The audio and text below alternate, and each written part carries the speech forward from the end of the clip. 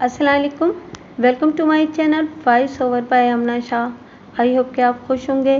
कहानी शुरू करने से पहले आपसे रिक्वेस्ट है कि अगर आपको मेरा कंटेंट पसंद आता है तो प्लीज़ मेरे चैनल को सब्सक्राइब करें। आइए मिर्ज़ा अमजद बेग की एक और सनसनीखेज कोर्ट कहानी सुनते हैं।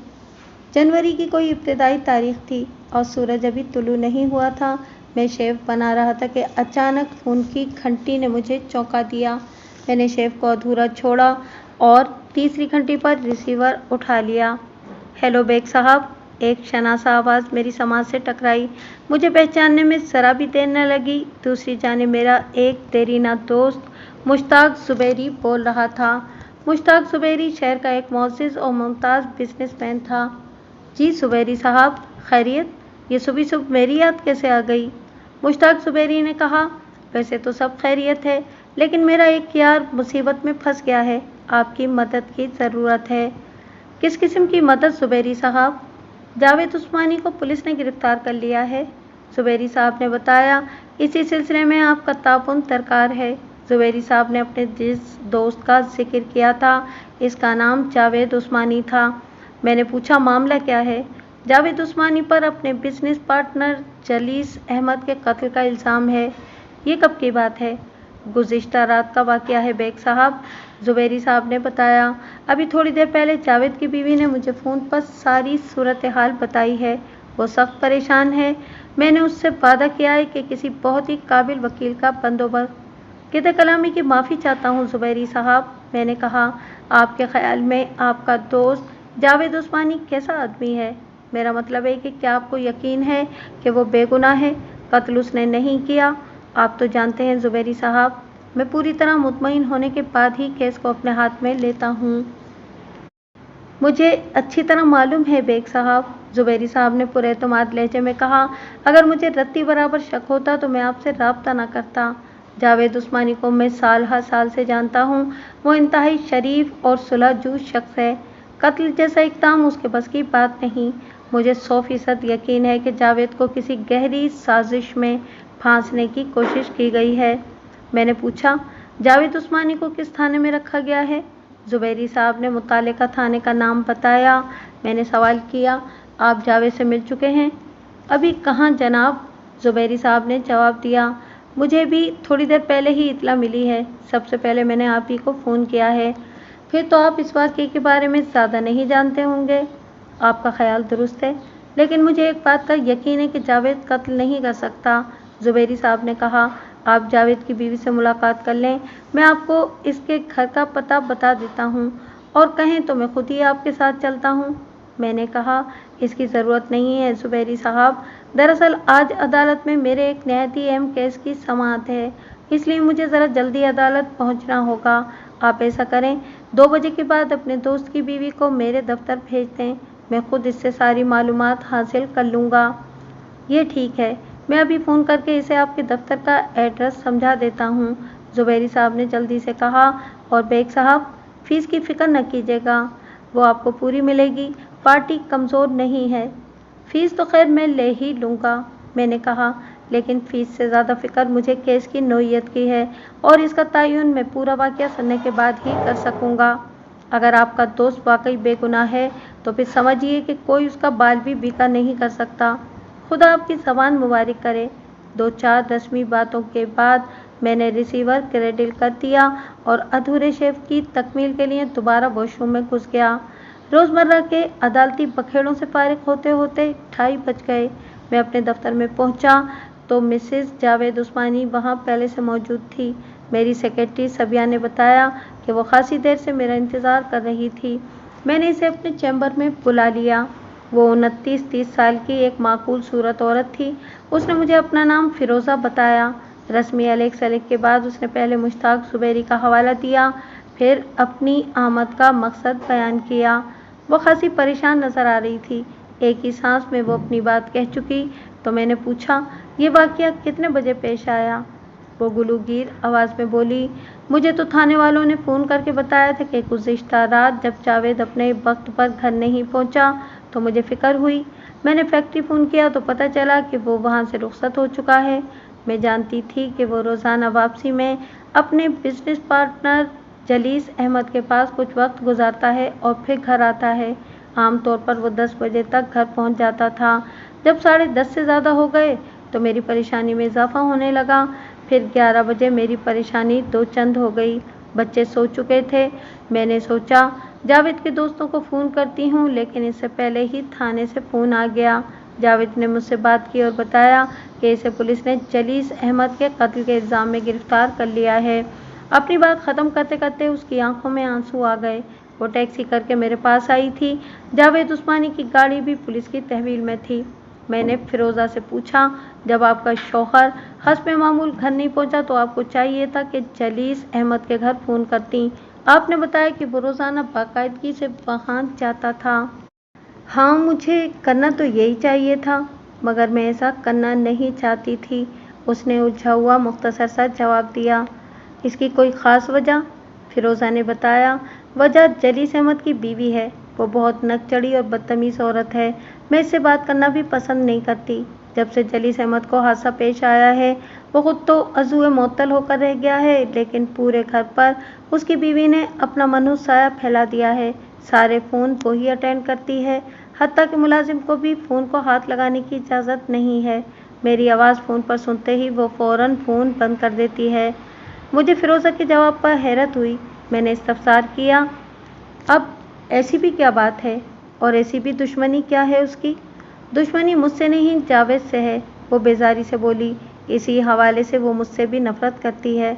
मैंने उलझे हुए लहजे में पूछा, जावेद से दुश्मनी? कुछ बात समझ में नहीं आई। नेकी का तो कोई ज़माना ही नहीं रहा वकील साहब, वो ठंडी आह भरकर बोली। वो क्या कहते हैं, कर भलाई हो बुराई, लेकिन ये अपने जावेद उस्मानी साहब हैं ना, इनके दिल में तो हमदर्दी कूट कूट कर भरी हुई है। ये तो किसी बिल्ली के बच्चे को भी परेशान नहीं देख सकते। जलीस अहमद तो फिर इसका बिजनेस पार्टनर था। दिन रात इसी की फिक्र खाई जा रही थी। मैंने कई बार समझाया भी, मगर वो मेरी सुनता ही कहाँ है। अब इसे अपनी गलती का एहसास हो रहा है। मैं सुबह थाने भी गई थी। पुलिस ने रात इस पर बहुत तशद्दुद किया है। इसकी हालत खासी नागुफ्ताबे हो रही थी। मुझे तो देखकर रोना आ गया। वो अपने शौहर को आपके बजाय तुम कहकर मुखातिब करने की आदी मालूम होती थी, और ये कोई ऐसी काबिल एतराज़ बात न थी। इसकी ज़बानी मुझे मालूम हुआ कि वो सोल्जर बाज़ार के इलाके में रहते थे। इनके 2 बच्चे थे। बड़ा बेटा काशिफ 5 साल का था। इससे छोटी एक बेटी नौरीन थी। नौरीन की उम्र 2 साल थी।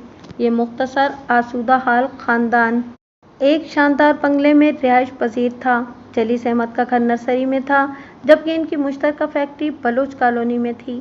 ये एक गारमेंट फैक्ट्री थी जिसकी मसनूआत जे गारमेंट्स के नाम से फ़रोख्त होती थीं।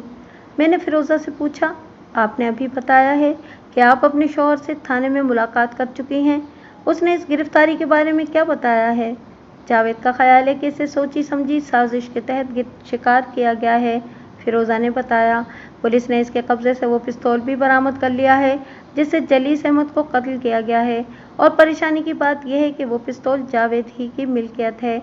वो अपनी हिफाजत के ख्याल से एक पिस्तौल हमेशा अपने पास रखता था। आजकल गाड़ियाँ छीनने के वाक़यात बहुत ज़्यादा होने लगे हैं। फिर जब से जलीस अहमद को हादसा पेश आया था, केस डीलिंग की सारी जिम्मेदारी भी जावेद पर आ गई थी। इस बात के पेश नज़र उसने एक पिस्तौल खरीद लिया था। वो पहले भी जलीस अहमद को पेश आने वाले हादसे का जिक्र कर चुकी थी। मैंने पूछा, जलीस अहमद को किस किस्म का हादसा पेश आया था? इसकी गाड़ी को सुपर हाईवे पर एक ट्रक वाले ने बुरी तरह कुचल दिया था, फिरोज़ा ने बताया। वो एक पार्टी से ज़रूरी मुलाकात करने हैदराबाद जा रहा था। किस्मत अच्छी थी कि इस हादसे ने जलीस अहमद की जान नहीं ली, मगर वो हमेशा हमेशा के लिए व्हील चेयर का होकर रह गया था। इसकी रीढ़ की हड्डी पर शदीद चोट आई थी, जिसकी वजह से उसका निचला धड़ मफलूज हो गया था, और अब तो वो अपनी बात अधूरी छोड़कर अचानक खामोश हो गई। मैंने पूछा, पुलिस ने जावेद उस्मानी को कहाँ से गिरफ्तार किया? दरअसल अभी तक जावेद उस्मानी की तरफ से मेरा जहन साफ नहीं हुआ था। पुलिस ने उसे एक ऐसे पिस्तौल के साथ गिरफ्तार किया था जो उसकी मिल्कियत था, और थोड़ी देर पहले इसी पिस्तौल से एक शख्स का कत्ल किया गया था। ये बात भी मुझे हजम नहीं हो रही थी। लेबॉरेटरी तज्ज़िये के बगैर ये बात किस तरह साबित हो गई कि जलीस अहमद का कत्ल इसी पिस्तौल से हुआ था? बहरहाल फिरोज़ा ने मुझे यही बताया था, और इसी बात की तस्दीक के लिए मैंने सवाल किया था। वो बोली, जावेद ने मुझे बताया है کہ جب وہ जलीस अहमद के घर से निकलकर मेन शाहराह फैसल पर पहुंचा तो नर्सरी के सिग्नल के करीब एक पुलिस मोबाइल ने उसे घेर लिया था। ये एक और हैरत अंगेज इंकशाफ था। हमारे मुल्क की पुलिस से इतनी सरीउल असर कारकर्दगी की तवक्को नहीं की जा सकती थी। मैंने फिरोज़ा पर सवालात की बौछार कर दी, मगर वो किसी भी सवाल का वाज़ेह और तसल्लीबख्श जवाब न दे सकी। मैंने अंदाज़ा लगाया कि वो मेरे बेदर पे सवालात से बौखला गई थी और उसकी समझ में नहीं आ रहा था कि वो किस सवाल का क्या जवाब दे। आखिर घबरा कर उसने कहा, बाकी बातें आप जावेद से पूछ लें, मैं इससे ज़्यादा कुछ नहीं जानती। इसकी बात माकूल थी। मैंने इसे तसल्ली दी कि वो ज़्यादा परेशान न हो, आप बेफिक्र हो जाएं। मैं आज ही दफ्तर से फारिग होकर थाने जाऊंगा और जावेद से मुलाकात के बाद अगर मुझे महसूस हुआ कि वो वाकई बेगुनाह है तो मैं उसकी मदद के लिए अपनी बेहतरीन सलाहियतें सर्व कर दूंगा। वो तशक्कुर आमेज़ नज़रों से मुझे देखते हुए बोली, आपकी फ़ीस क्या होगी वकील साहब? फ़ीस की बात भी हो जाएगी, मैंने कहा। इसका फ़ैसला मैं जावेद से मुलाकात के बाद करूँगा। आप कल 4 बजे के बाद तशरीफ़ ले आएँ और परेशान होने की कतई ज़रूरत नहीं है। अल्लाह पर भरोसा रखें, सब ठीक हो जाएगा। फिरोज़ा ने मुझे दुआएं दी और पुरनम आंखों के साथ रुखसत हो गई। दफ्तरी मसरूफियात से फारिग होकर शाम को मैं हस्बे वादा जावेद उस्मानी से मुलाकात करने मुतल्लिका थाने पहुंच गया। इस वक्त सूरज ग़ुरूब हो चुका था और थाने में खासी चहल पहल नज़र आ रही थी। एसएचओ थाने में मौजूद नहीं था। मुझे पता चला कि वो किसी हंगामी सिलसिले में एसपी ऑफिस गया हुआ था। मैंने जावेद उस्मानी के खिलाफ काटी जाने वाली एफआईआर की नकल हासिल की। उसका बगौर मुताला करने के बाद मैं हवालात में जावेद उस्मानी के पास चला आया। थाने में किसी हवालाती से मुलाकात करना कोई आसान काम नहीं होता और ख़ास तौर पर किसी वकील का मुलाकात करना, और वो भी किसी कत्ल के मुलजिम से। मगर हम भी पुलिस वालों की रग रग से वाकिफ़ होते हैं और इन्हें आराम करने के 101 तरीके जानते हैं, तो अनोकरहन वो हम पर थोड़ी बहुत मेहरबानी के लिए तैयार हो ही जाते हैं। एसआई ने मुझे जावेद उस्मानी से 15 मिनट की मुलाकात की इजाज़त दे दी। मुझे पता चला कि थाने वालों ने आज सुबह जावेद उस्मानी को अदालत में पेश करके उसका 5 रोज़ा रिमांड हासिल कर लिया था। मुलजिम रिमांड पर हो तो थाने वाले किसी को उसकी हवा भी नहीं लगने देते। ऐसी सूरत में 15 मिनट की मोहलत भी काफ़ी थी। मैं हवालात पहुंचा तो एक कांस्टेबल मौत के फरिश्ते की मानिंद मेरे सर पर सवार हो गया। उसकी मौजूदगी में खुलकर बात नहीं हो सकती थी। मैंने इससे निजात का मुजर्रिब नुस्खा आजमाया। मैंने 50 रुपए का एक नोट उसकी मुट्ठी में थमाते हुए कहा, संतरी बादशाह, आपका मेहमान रात से भूखा है। आपने तो झूठे मुंह भी इसे नहीं पूछा होगा। ज़रा इसके लिए नाश्ते का बंदोबस्त कर दो तो मेहरबानी होगी। इस ज़माने में 10-15 रुपए में ठीक ठाक नाश्ते का इंतज़ाम हो जाता था। इस हिसाब से 30-35 रुपए की रिश्वत इस मामूली कांस्टेबल के लिए काफ़ी थी। इसने दांत निकालकर खुशी का इजहार किया, नोट को पतलून की जेब में ठूसा और वहां से चला गया। मैं फिलफौर जावेद उस्मानी की जानिब मुतवज्जा हो गया। मेरा नाम मिर्ज़ा अमजद बेग एडवोकेट है, मैंने अपना तारुफ कराते हुए कहा। मुश्ताक ज़ुबैरी साहब ने मुझे आप पर नाजिल होने वाली मुसीबत के बारे में बताया था और आज दिन में आपकी मिसेज भी मेरे पास आई थी। जावेद उस्मानी की उम्र का अंदाज़ा मैंने 37 और 38 के दरमियान लगाया। वो एक आम सी शक्ल वाला शख्स था और अपनी वज़े कते से खासा माकूल नज़र आता था। इस वक्त वो चूँकि पुलिस कस्टडी में था, इसलिए इसकी हालत खासी अबतर थी। मैंने एक ही नज़र में भांप लिया कि पुलिस ने गुज़िश्ता रात इसकी खूब खातिरदारी की थी। इसके चेहरे पर उदासी खड़ी हुई थी और आंखों में मायूसी की परछाइयाँ झलक रही थीं। खासी देर खामोश रहने के बाद उसने कहा, वकील साहब, मैं बिल्कुल बेकसूर हूँ। मैंने जलीस अहमद को कत्ल नहीं किया। सिर्फ आपके कहने से ये बात नहीं बनेगी मिस्टर जावेद उस्मानी, मैंने इसकी आंखों में देखते हुए नर्म लहजे में कहा। अदालत में हर चीज़ को साबित करना पड़ता है। एफआईआर की रिपोर्ट सरासर आपके खिलाफ जाती है। चंद मोअज़्ज़िज़ अफराद ने फायरिंग की आवाज़ सुनी थी और आपको चाय वारदात से फरार होते हुए भी देखा था।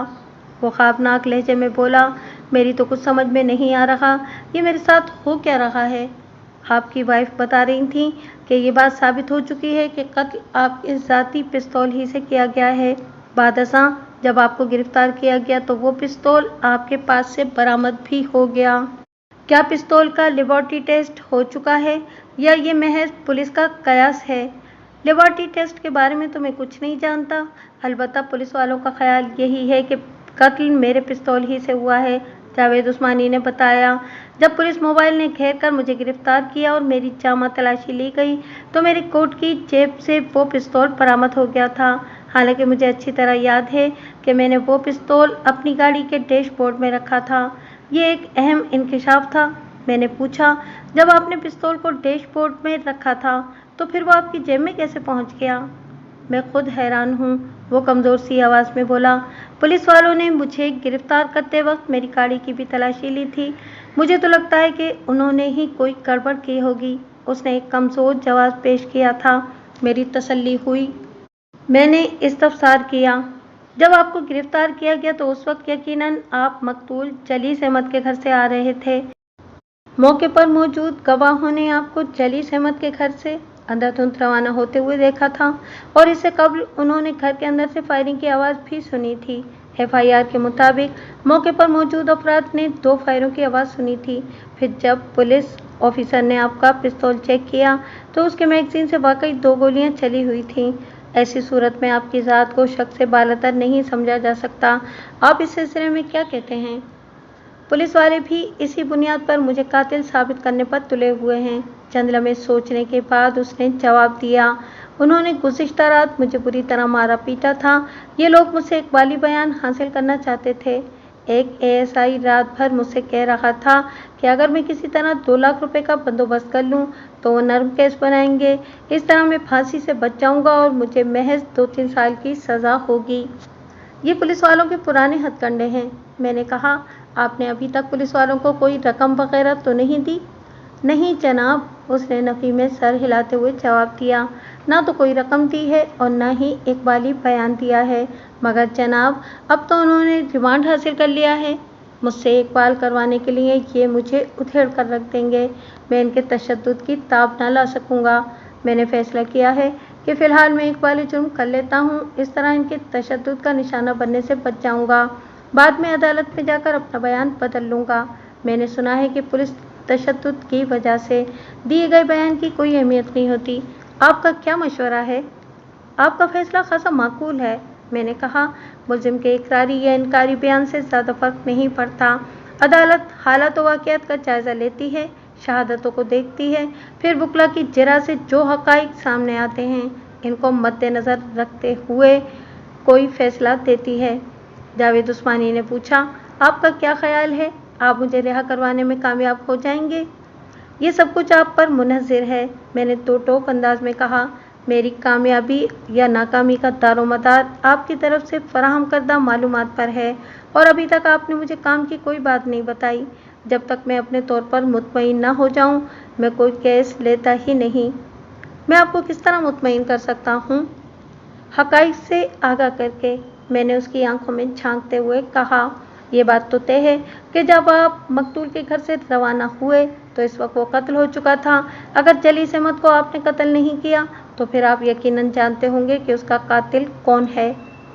जावेद उस्मानी ने कहा, अगर मैं कातिल से वाकिफ़ होता तो पुलिस को नहीं बता देता? खामखा अपनी जान को मुसीबत में क्यों डालता? मैंने अचानक सवाल किया। मकतूल के घर में कितने अफराद हैं? जावेद उस्मानी ने जवाब दिया, जलीस अहमद की बीवी फरखुंदा का एक नाम नेहाद चचा कलीमुद्दीन और एक घरेलू मुलाजिम आफ्ताब। इनमें से कोई जलीस अहमद को कत्ल कर सकता है?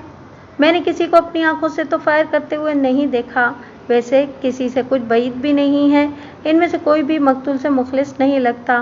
मैंने पूछा, जिस वक्त जलीस अहमद को कत्ल किया गया आप कहाँ थे?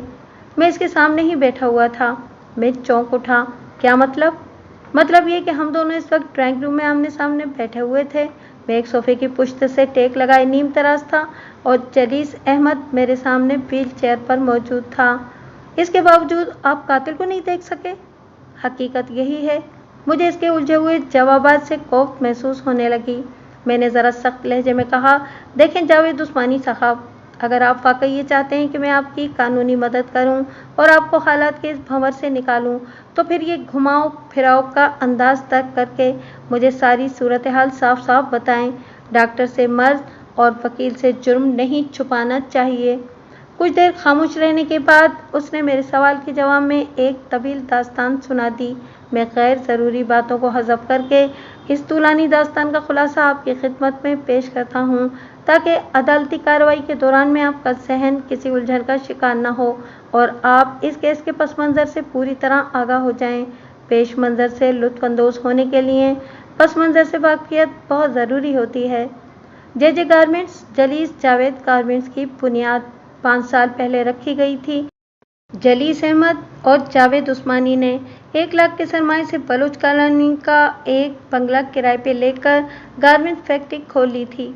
शराकत के इस कारोबार में जावेद उस्मानी ने 51,000 रुपये और जलीस अहमद ने 49,000 रुपये मिलाए थे।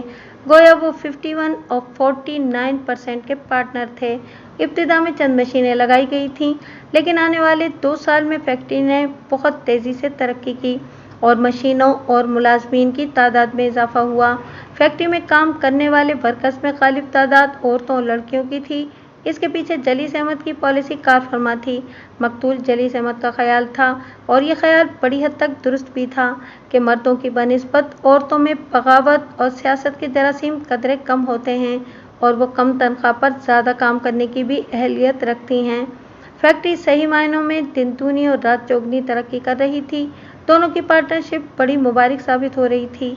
जलीस अहमद अगरचे उम्र में जावेद उस्मानी से 4-6 साल बड़ा ही था, मगर अभी तक वो गैर शादीशुदा था, जबकि जावेद उस्मानी न सिर्फ शादीशुदा था बल्कि एक बच्चे का बाप भी बन चुका था और अनकरीब दूसरे मेहमान की आमद के आसार भी पैदा हो चुके थे। जलीस अहमद फितरी तौर पर खुश्क और कम आमेज था, जिसकी वजह से औरतों की जानिब उसका झुकाव न होने के बराबर था। शायद इसी सबब ने अभी तक उसने शादी नहीं की थी। 3 साल कबल फैक्ट्री में एक नई वर्कर का इजाफा हुआ। फरखुंदा बेमिसाल हुस्न जमाल की मालिक थी। इसकी उम्र इस वक्त 32 साल से तजावुज़ कर चुकी थी, लेकिन वो किसी भी तौर पर 25 से ज़्यादा की दिखाई नहीं देती थी। इसकी जिस्मानी साख्त ऐसी थी कि 20 साल बाद भी वो ऐसी ही रहती। हल्के गंदमी रंग के बावजूद वो बला की पुरकशिश और हसीन थी। उसका शुमार उन औरतों में होता था जो सदा बहार जवानी की मालिक होती हैं और पहली नज़र में देखने वाले को अपनी जुल्फ़े गिरागीर का असीर बना लेती हैं। फरखुंदा की आमद ने फैक्ट्री में एक भौचाल किसी कैफियत पैदा कर दी थी। इसकी तकर्रुरी एक टाइपिस्ट की हैसियत से हुई थी। जिस दिन फरखुंदा ने सर्विस ज्वाइन की, उसके दूसरे दिन से फैक्ट्री के मर्द मुलाजमीन की हालत भी हैरत अंगेज़ तौर पर तब्दील हो चुकी थी। हत्ता कि आम मशीन मैन जो पहले मैले कुचेले धब्बेदार लिबास में नजर आते थे, अब वही काम साफ सुथरे कपड़े पहनकर कर रहे थे। तकरीबन हर शख्स फरखुंदा की निगाह नाज का मुंतज़िर और उसके इल्तिफात का ख़्वाहां था, और इसकी सबसे बड़ी वजह यह थी कि फरखुंदा मुतल्लिका थी। हमारे माशरे में ऐसी औरतों को उमूमन एक कटी पतंग से ज़्यादा हैसियत नहीं दी जाती और हर कोई मौके महल की तलाश में रहता है। फरखुंदा ने खुद को इसी तरह लिए दिए रखा कि बेशतर अफराद के हौसले जवाब देने लगे। अब उनका गुजारा महज ठंडी आहें भरने पर था। अंगूर खट्टे हैं कि मुस्ताक। बाज़ लोगों का ख्याल था कि इसके शौहर असगर कमाल ने इसे खामखा तो तलाक नहीं दी होगी, आखिर इसे कोई तो ऐब नज़र आया होगा अपनी बीवी में, वरना इतनी खूबसूरत बीवी को भला छोड़ने का तसव्वुर कौन कर सकता है। ऐसी औरत जो न सिर्फ हसीन हो बल्कि इसका एक दांत सोने का भी हो। सोने के दांत का भी अजीब किस्सा था।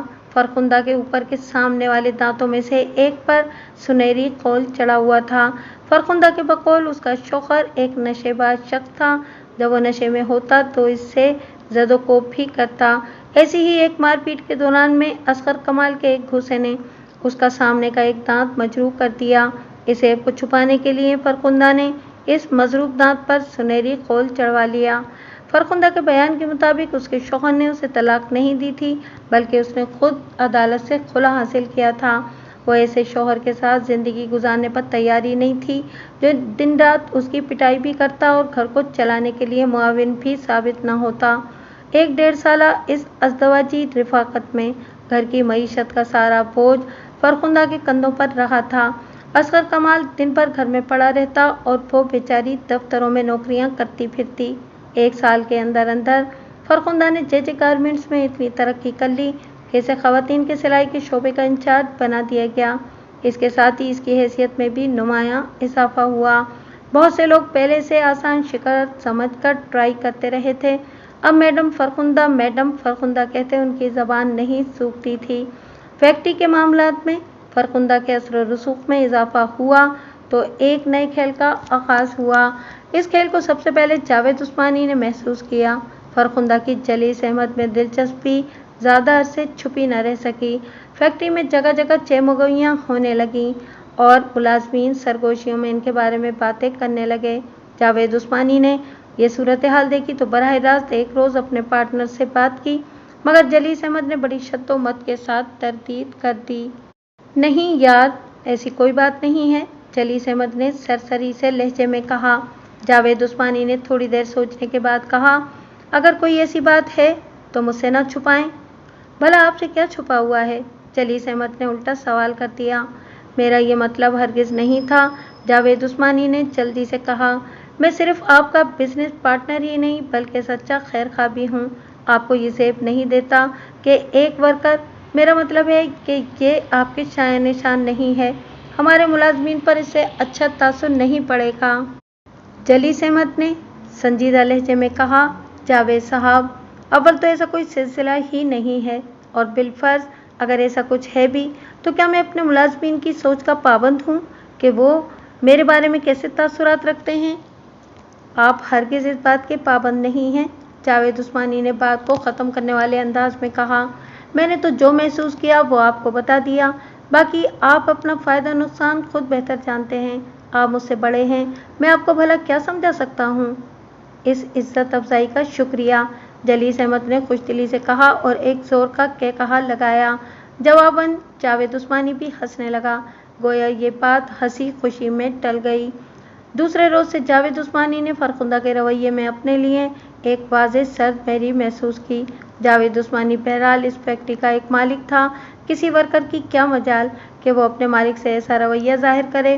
पहले तो जावेद उस्मानी ने उसे नज़रअंदाज किया, मगर जब फरखुंदा उसे बदस्तूर खिंची रही तो वो ये सोचने पर मजबूर हो गया।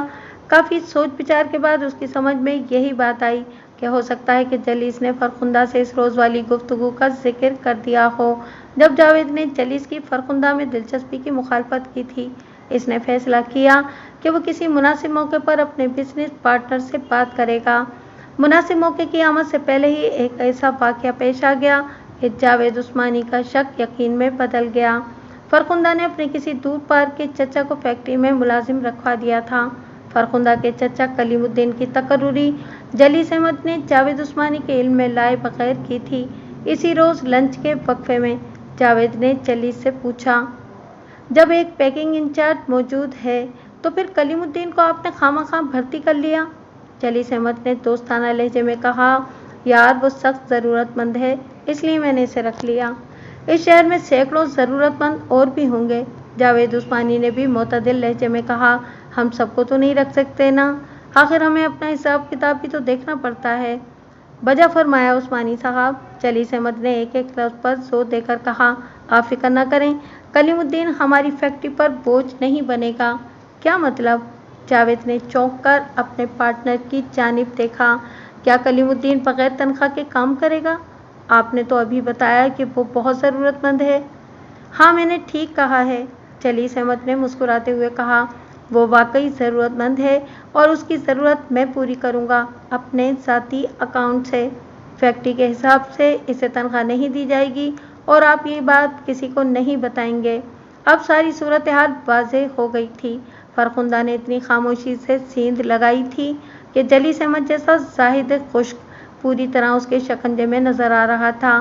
फरखुंदा की कमल कटोरा आंखों के बान ने जलीस अहमद को घायल कर दिया था।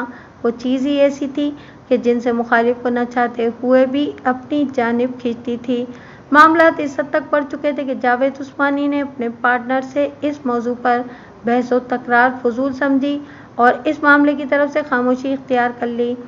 वो ज़माने की ऊंच नीच समझाने के चक्कर में एक अच्छे बिजनेस पार्टनर को बरगश्ता नहीं करना चाहता था।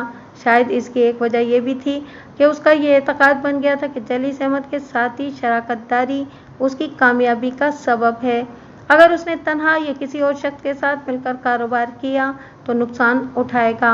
अब ये इसका वहम था या जो कुछ भी था, बहरहाल गुज़िश्ता 4 साल में जे गारमेंट फैक्ट्री ने रोज़ अफजू तरक्की की थी।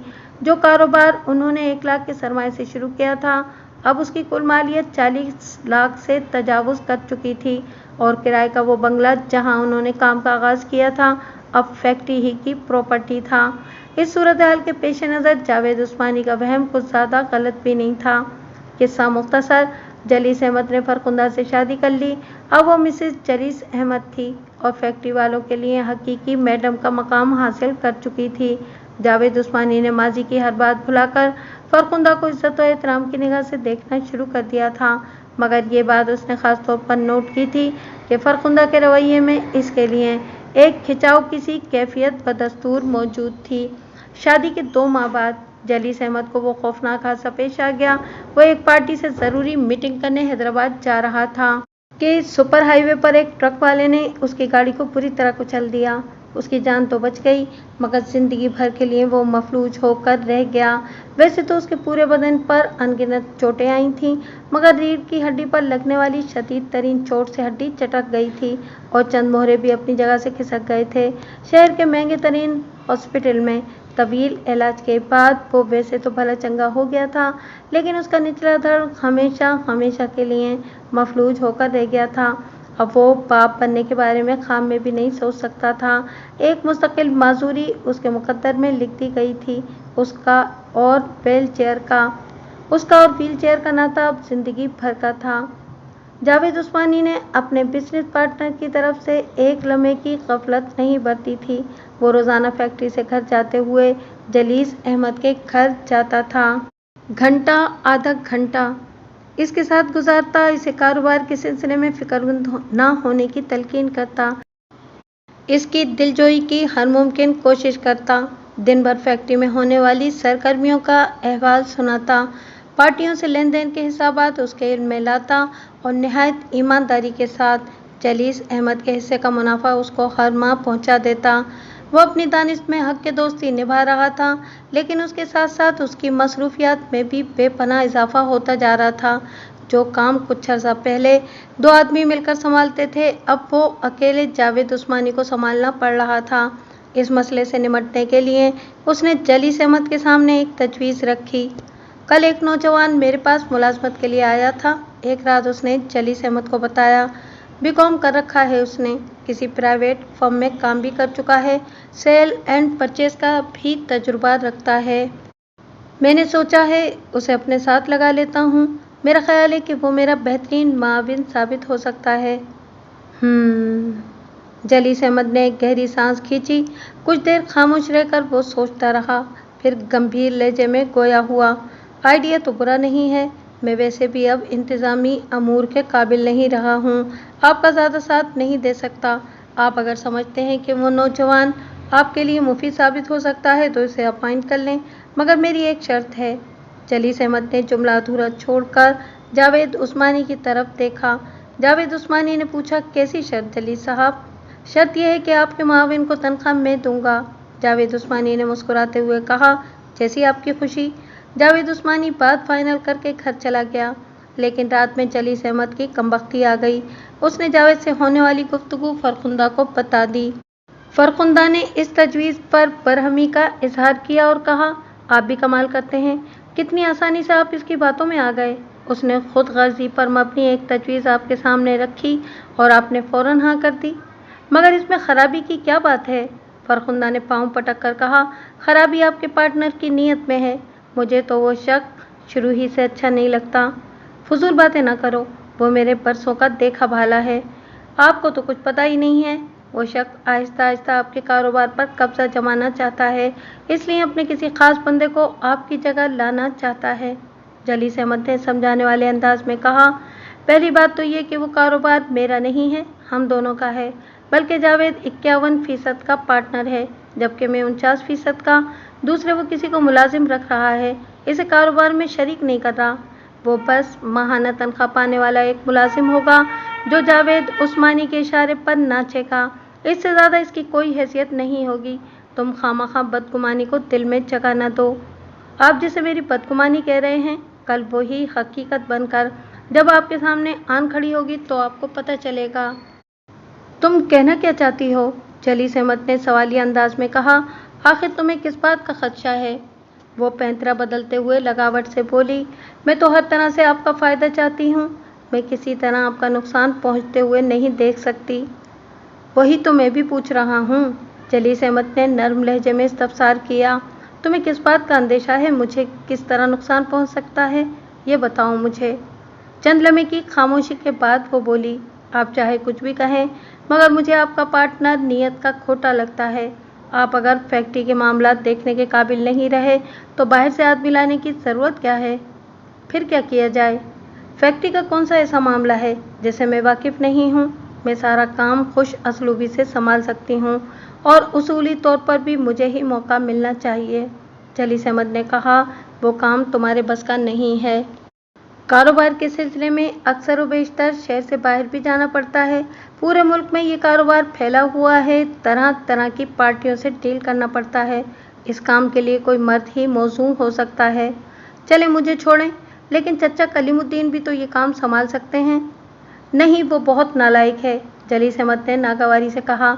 मैंने तुम्हारी फरमाइश पर उसे फैक्ट्री में रख लिया था और तुम अच्छी तरह जानती हो कि वहाँ उसने साजिशों के सिवा कुछ भी नहीं किया। मजबूरन इसे वहाँ से हटाना पड़ा। अब वो आराम से घर में पड़ा है। इसकी हर ज़रूरत पूरी हो रही है।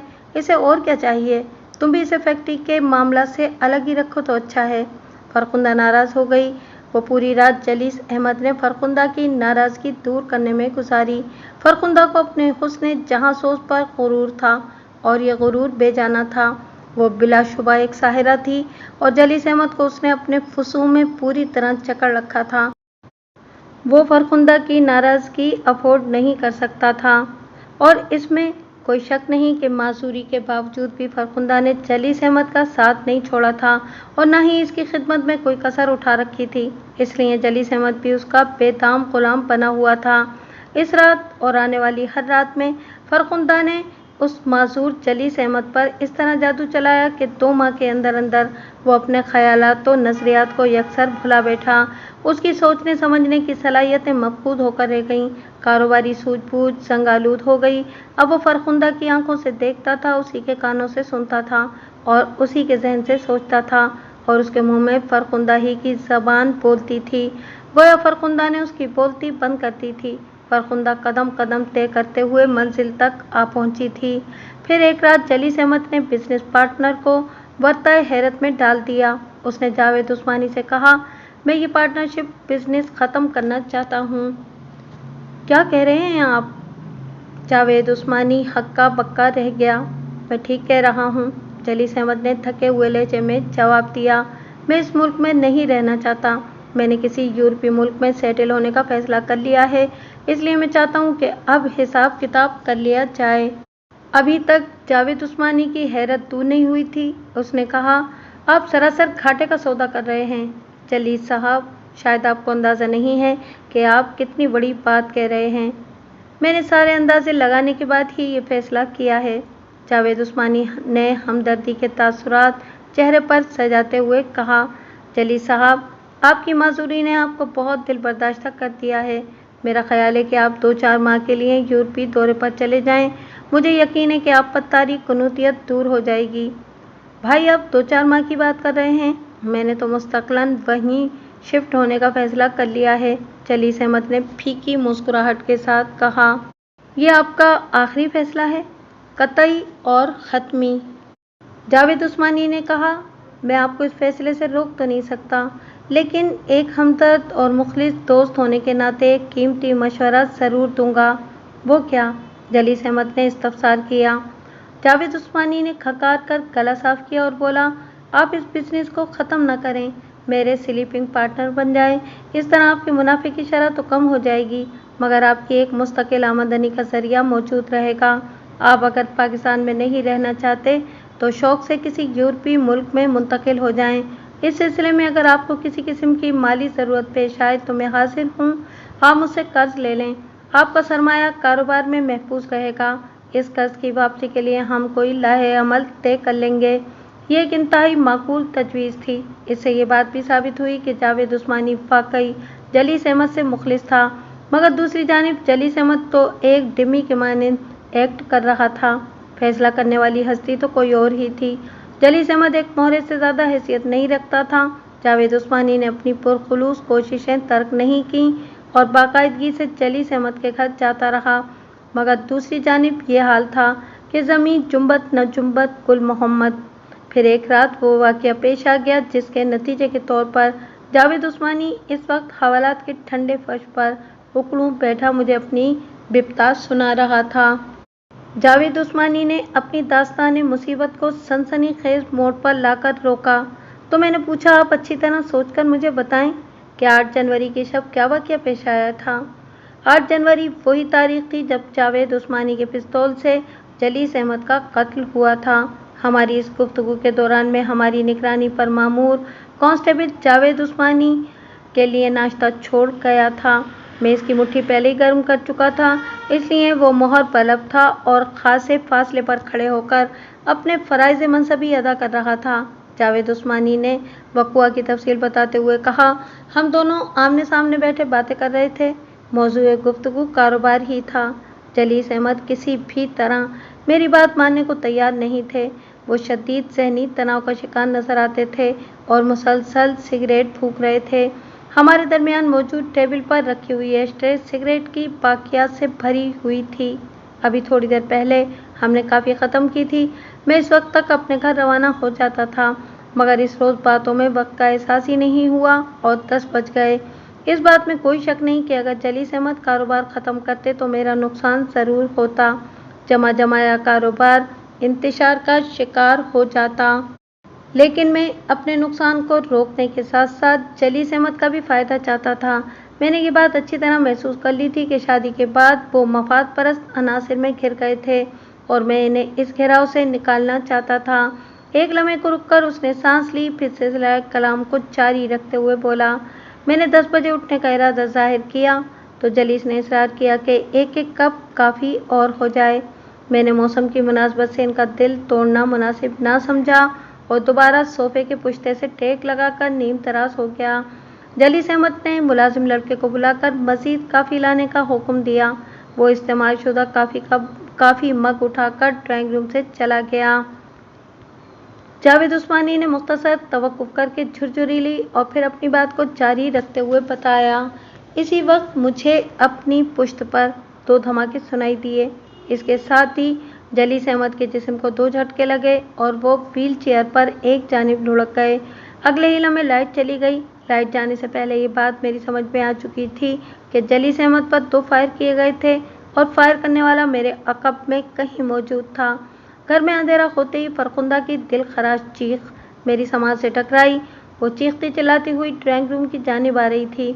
इस वक्त तक मैं भी ड्राइंग रूम के अंदरूनी दरवाजे पर पहुंच चुका था। मुझ पर नज़र पड़ते ही वो मुझसे चिमट गई। उसने बड़ी मजबूती से मुझे पकड़ लिया और चीख चीख कर फरियाद करने लगी, चाचा कलीम जल्दी आएँ, देखें इस मरदूत ने क्या कर दिया, मार दिया जलीस अहमद को, जान ले ली मेरे शौहर की। इसी वक्त लाइट आ गई। मैंने जलीस अहमद की तरफ देखा। एक ही नज़र में मुझे अंदाज़ा हो गया कि वो मर चुके थे। इनकी पेशानी और सीने का लिबास खून आलूद था। मैं इस नागहानी उफ्तार से बुरी तरह घबरा गया था। फौरी तौर पर मेरे जहन में ख्याल उभरा कि मुझे यहाँ से चले जाना चाहिए, हालांकि मुझे ऐसा नहीं करना चाहिए था। इस तरह मेरी ज़ात और ज़्यादा मशकूक हो जाती। लेकिन इस वक्त मेरे 14 तबक गुल हो चुके थे। जहन सोचने समझने के काबिल नहीं रहा था। इससे पहले कि फरखुंदा का चचा कदीमुद्दीन और घरेलू मुलाजिम आफ्ताब वहाँ पहुँचते, मैंने फरखुंदा को एक ज़ोरदार झटका देकर खुद से अलग किया और घर से बाहर निकल आया।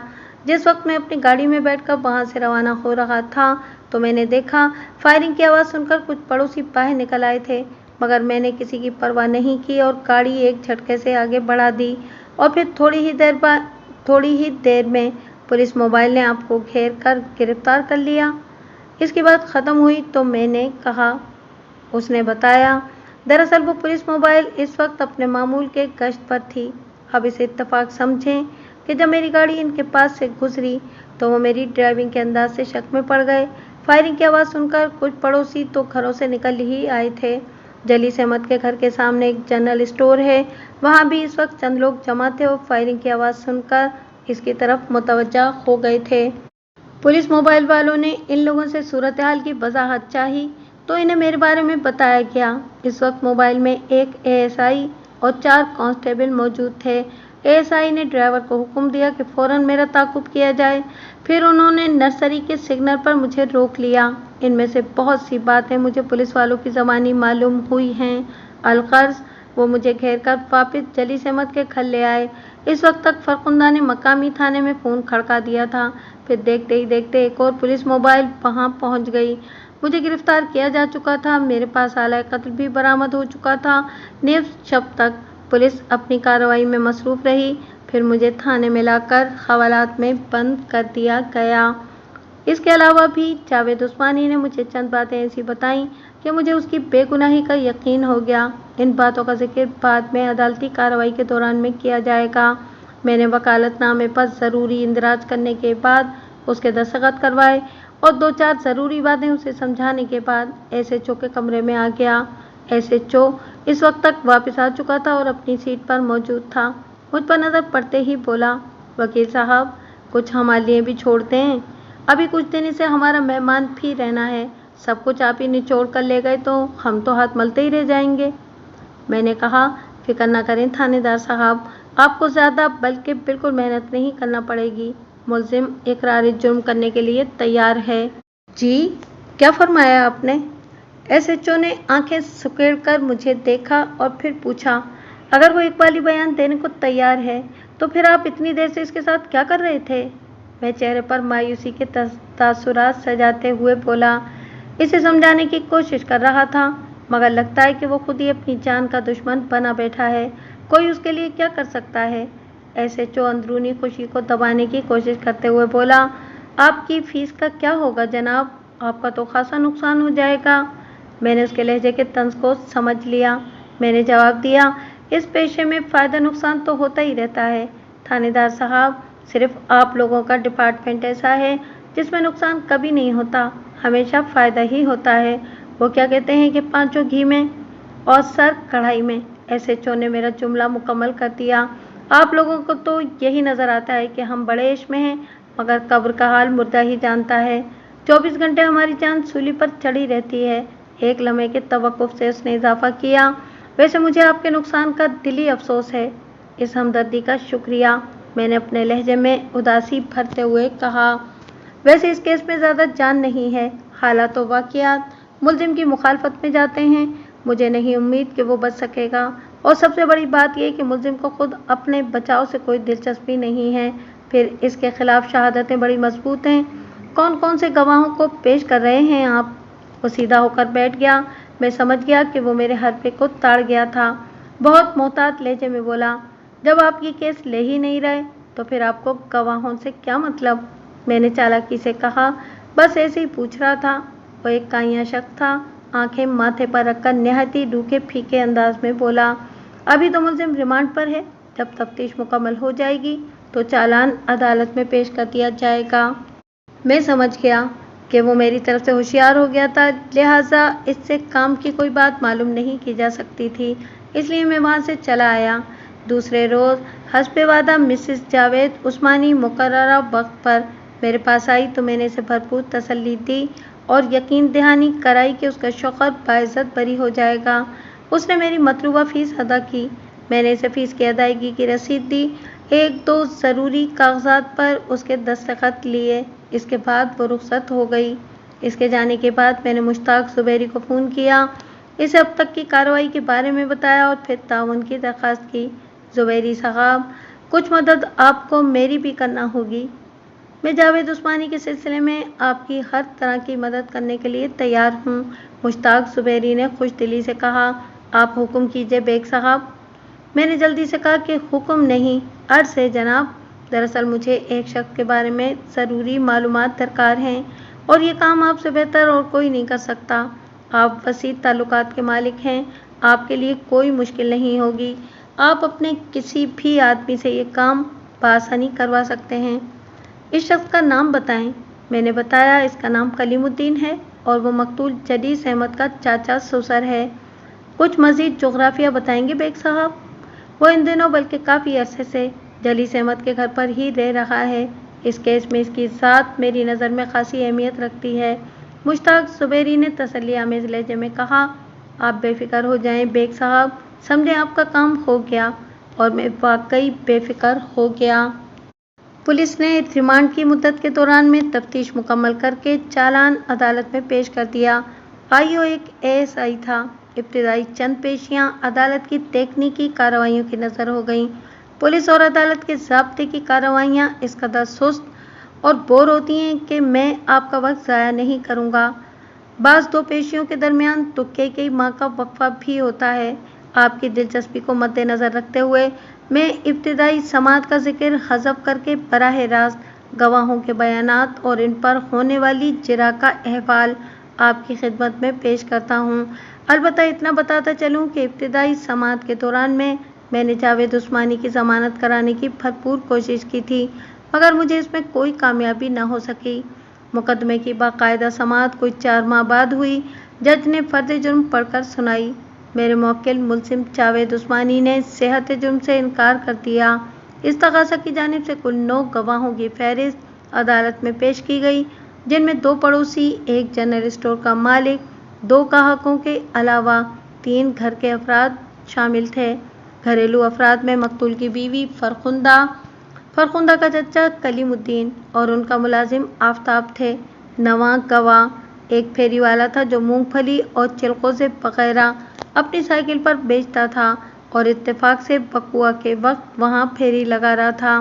पोस्टमार्टम की रिपोर्ट के मुताबिक मकतूल जलीस अहमद की मौत 8 जनवरी की रात 10 और 10:30 के दरमियान वाक़ई हुई थी। मेडिकल एग्जामिनर की रिपोर्ट बताती थी कि मकतूल के जिस्म पर 0.38 की 2 गोलियों के निशानात पाए गए थे। एक गोली मकतूल की पेशानी पर लगी थी, जबकि दूसरी सीने में ऐन दिल के मकाम पर लगी थी। गोलियां बहुत करीब से चलाई गई थीं और यही मकतूल की मौत का सबब बनी थीं। मुलजिम जावेद उस्मानी के पास से बरामद होने वाले पिस्तौल के लेबॉरेटरी टेस्ट थे। ये बात साबित हो गई कि मकतूल को मौत के घाट उतारने वाली गोलियां इसी पिस्तौल से चलाई गई थीं। पिस्तौल की बॉडी और ट्रिगर पर किसी किस्म के फिंगरप्रिंट्स नहीं पाए गए थे। इसका वाज़ेह मतलब यही था कि इसे इस्तेमाल करने वाले ने ग्लव्स पहन रखे थे या फिर इस्तेमाल के बाद इस पर से फिंगरप्रिंट साफ कर दिए गए थे। ये सूरत हाल खासी हौसला शिकन थी। हर बात मेरे मुवक्किल के खिलाफ जाती थी, मगर मैं पूरी तरह मुतमईन था और पूरी तैयारी से आज अदालत पहुंचा था। वकील इस्तग़ासा मेरे चेहरे से झलकते एतमाद को देखकर तज़ब्ज़ुब का शिकार था। ताहम उसकी दानिश में उसकी पोजीशन खासी मजबूत थी। केस पर पूरी तरह उसे गिरफ्त हासिल थी। इस्तग़ासा की जानिब से सबसे पहले जो गवाह पेश हुआ उसका नाम अब्दुल गफूर था। वो लगभग 50 साल का एक खमीदा कमर बूढ़ा था और अपनी गुज़र औक़ात के लिए रातों में फेरी लगाकर मूंगफली और चिलगोज़े वगैरह बेचता था। अब्दुल गफूर ने सच बोलने का हलफ उठाने के बाद बयान दिया कि वह हस्बे मामूल साइकिल पर फेरी लगा रखा था कि उसने सामने वाले बंगले में गोलियां चलने की आवाज़ सुनी। आवाज़ इतनी अचानक थी कि साइकिल का हैंडल उसके हाथ से छूट गया और साइकिल ज़मीन पर गिर गई। हैंडल से झूलते हुए मुख्तलिफ अशिया के थैले भी नीचे गिर गए और मूंगफली सड़क पर बिखर गई। अभी वो साइकिल को उठाकर स्टैंड पर लगा भी नहीं पाया था कि बंगले का दरवाज़ा ज़ोरदार आवाज़ के साथ खुला। एक आदमी तेज़ी से बाहर आया और बाहर खड़ी नीली गाड़ी में बैठकर वहां से रवाना हो गया। अब्दुल गफूर का बयान ख़त्म हुआ तो वकील इस्तग़ासा ने इससे चंद सरसरी किस्म के सवालात किए। उसने पूछा, अब्दुल गफूर साहब, अच्छी तरह सोचकर बताएं, आपने कितनी गोलियां चलने की आवाज़ सुनी थी? 2 गोलियां जनाब, अब्दुल गफूर ने जवाब दिया। वकील इस्तग़ासा ने कटहरे में खड़े मुलजिम जावेद उस्मानी की जानिब इशारा करते हुए पूछा, क्या आपको यकीन है कि वक़ुआ के रात यही शख्स बंगले का गेट खोलकर बाहर निकला था और फिर नीले रंग की गाड़ी में वहां से रवाना हुआ था? जी हाँ, मुझे यकीन है, मैंने इसी शख्स को देखा था। वकील सरकार ने इसी नौइयत के 1-2 और अहम सवाल पूछे, फिर अपनी मखसूस जगह पर जाकर बैठ गया। इसके बाद मैं अपनी जगह से उठा और गवाह पर जिरा के लिए उसके कटहरे के पास आकर खड़ा हो गया। मैंने जिरा का आगाज़ करते हुए कहा, अब्दुल गफूर साहब, आपने कितने अरसे से ये फेरी वाला काम किया है शुरू? काफ़ी अरसे से जनाब, अब्दुल गफूर ने जवाब दिया। कोई 8 साल तो हो ही गए होंगे। मैंने पूछा, आप दिन में भी यही काम करते हैं या सिर्फ रात ही में फेरी लगाते हैं? सिर्फ रात ही में फेरी लगाता हूँ, और वो भी सर्दियों की रातों में, जब मूंगफली और चिलगोज़े वगैरह का सीज़न होता है। दिन के वक्त में एक दुकान चलाता हूँ, मेरी किराने की दुकान है। मैंने अगला सवाल किया, अब्दुल गफूर साहब, आपने अपने बयान में बताया है कि फायरिंग की आवाज़ सुनते ही साइकिल का हैंडल आपके हाथ से छूट गया था और साइकिल ज़मीन पर गिर गई थी। मोअज़्ज़िज़ अदालत को बताएं कि साइकिल के साथ आप भी ज़मीन पर गिरे थे या नहीं? मैं तो नहीं गिरा था जनाब, अब्दुल गफूर ने उलझन आवेज़ लहजे में जवाब दिया। क्यों? वकील इस्तग़ासा ने फ़ौरन मुदाखलत ज़रूरी समझी। मुझे एतराज़ है जनाब आली, वकील सफ़ाई खामख़ा मोअज़्ज़िज़ गवाह को उलझाने की कोशिश कर रहे हैं। भला इस सवाल की क्या तुक है कि साइकिल के साथ वो भी गिरा था या नहीं? मैंने जज की जानिब देखते हुए कहा, योर ऑनर, अगर मोअज़्ज़िज़ अदालत को मेरे सवाल पर एतराज़ हो तो मैं माफ़ी चाहता हूँ। जज ने वकील सरकार के एतराज़ को मुस्तरद करते हुए मुझे जिरह जारी रखने की हिदायत की।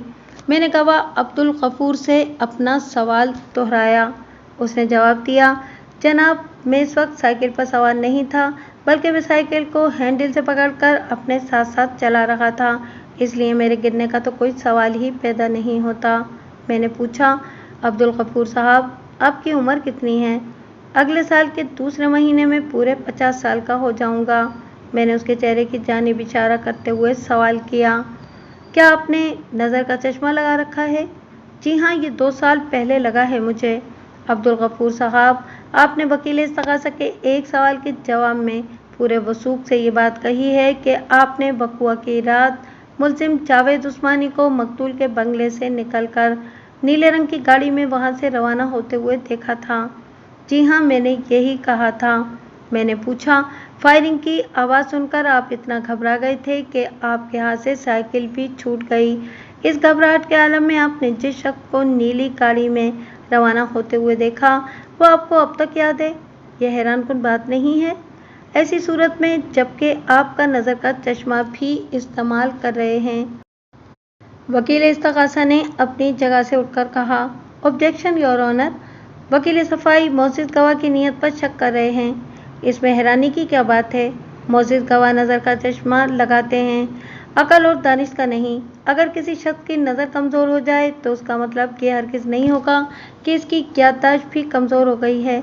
मेरी मोअज़्ज़िज़ अदालत से दरख्वास्त है कि वकील सफ़ाई को मोअज़्ज़िज़ गवाह को हिरासत करने से रोका जाए। मैंने पूछा, अब्दुल गफूर साहब, अब मैं जो सवाल आपसे पूछना चाहता हूँ उसका ताल्लुक याददाश्त से है। आप ज़रा सोच समझ कर जवाब दीजिएगा।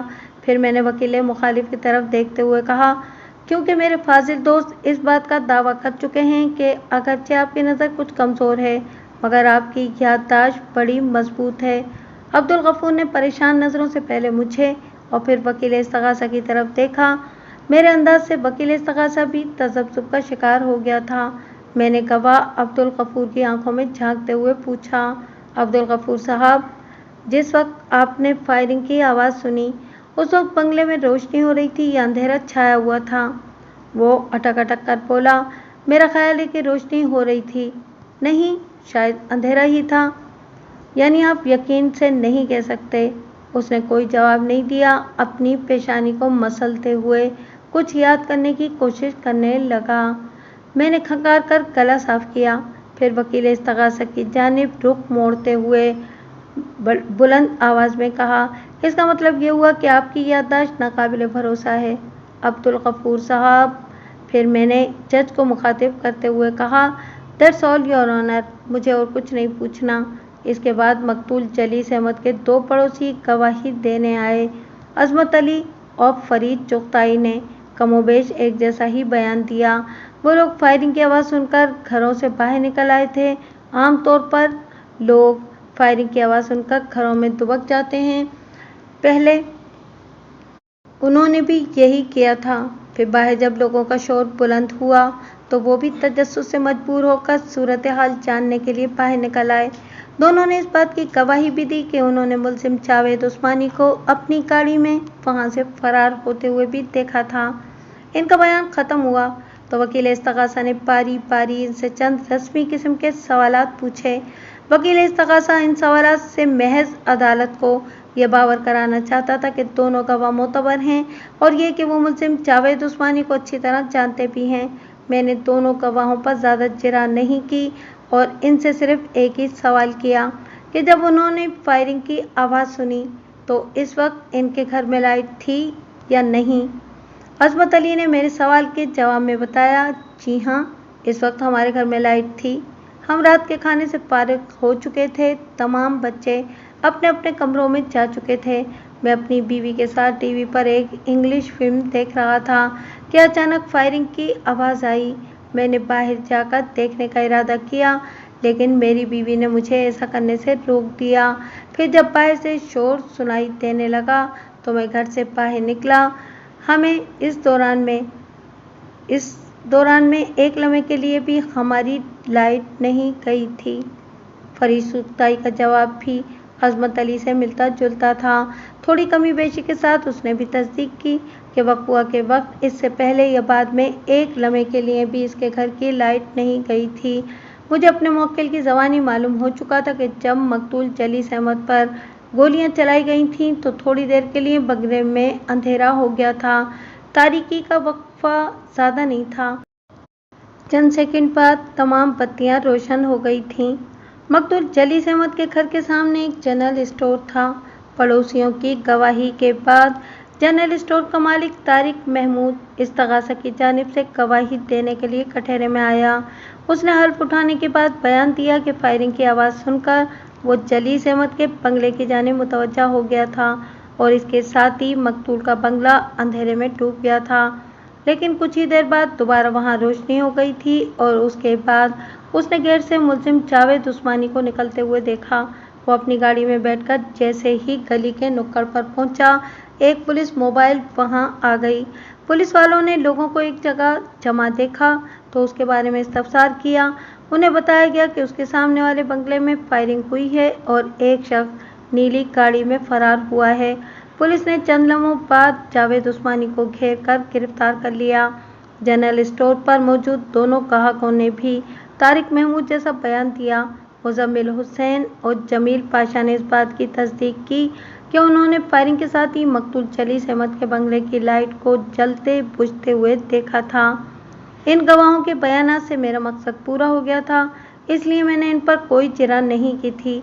अलबत्ता वकील सरकार ने अपनी जिम्मेदारी निभाते हुए इनसे बारी बारी ये सवाल ज़रूर किया, क्या कटहरे में खड़ा हुआ शख्स मुलजिम जावेद उस्मानी वही है जिसे उन्होंने वक़्वा की रात नीली गाड़ी में जलीस अहमद के बंगले से फरार होते हुए देखा था?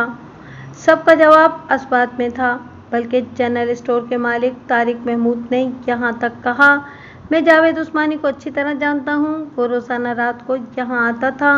वो काफ़ी वक्त मकतूल के बंगले में गुजारने के बाद वहाँ से जाता था।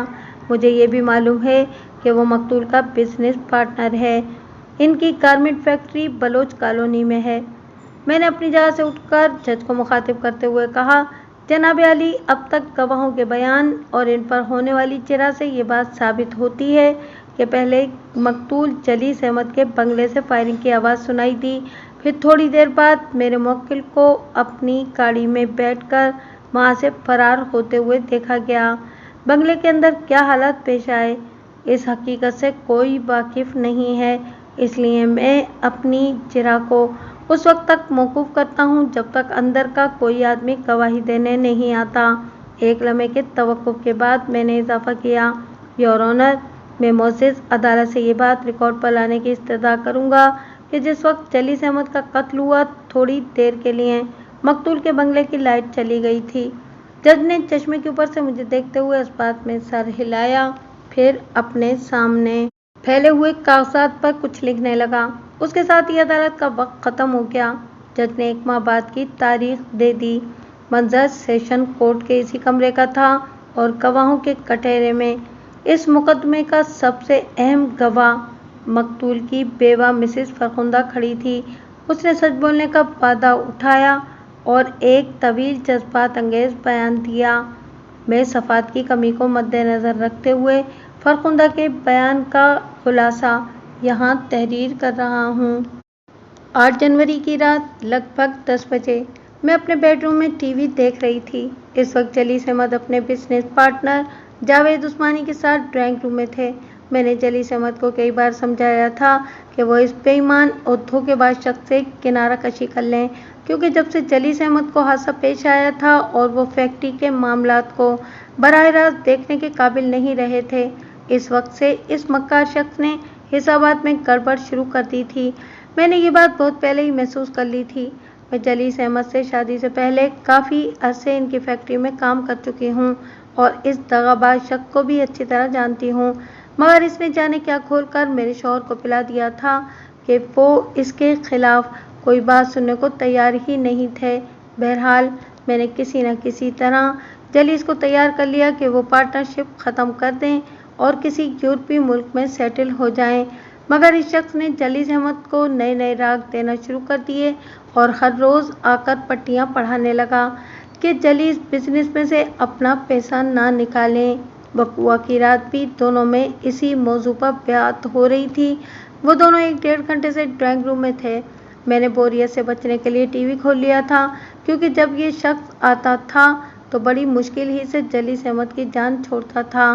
مجھے اچھی طرح یاد نہیں ہے، بلکہ میرا خیال ہے کہ اس وقت 10 بجنے والے تھے جب بیڈ روم کے دروازے پر دستک ہوئی۔ میں نے دروازہ کھولا تو وہاں ہمارا گھریلو ملازم آفتاب کھڑا تھا۔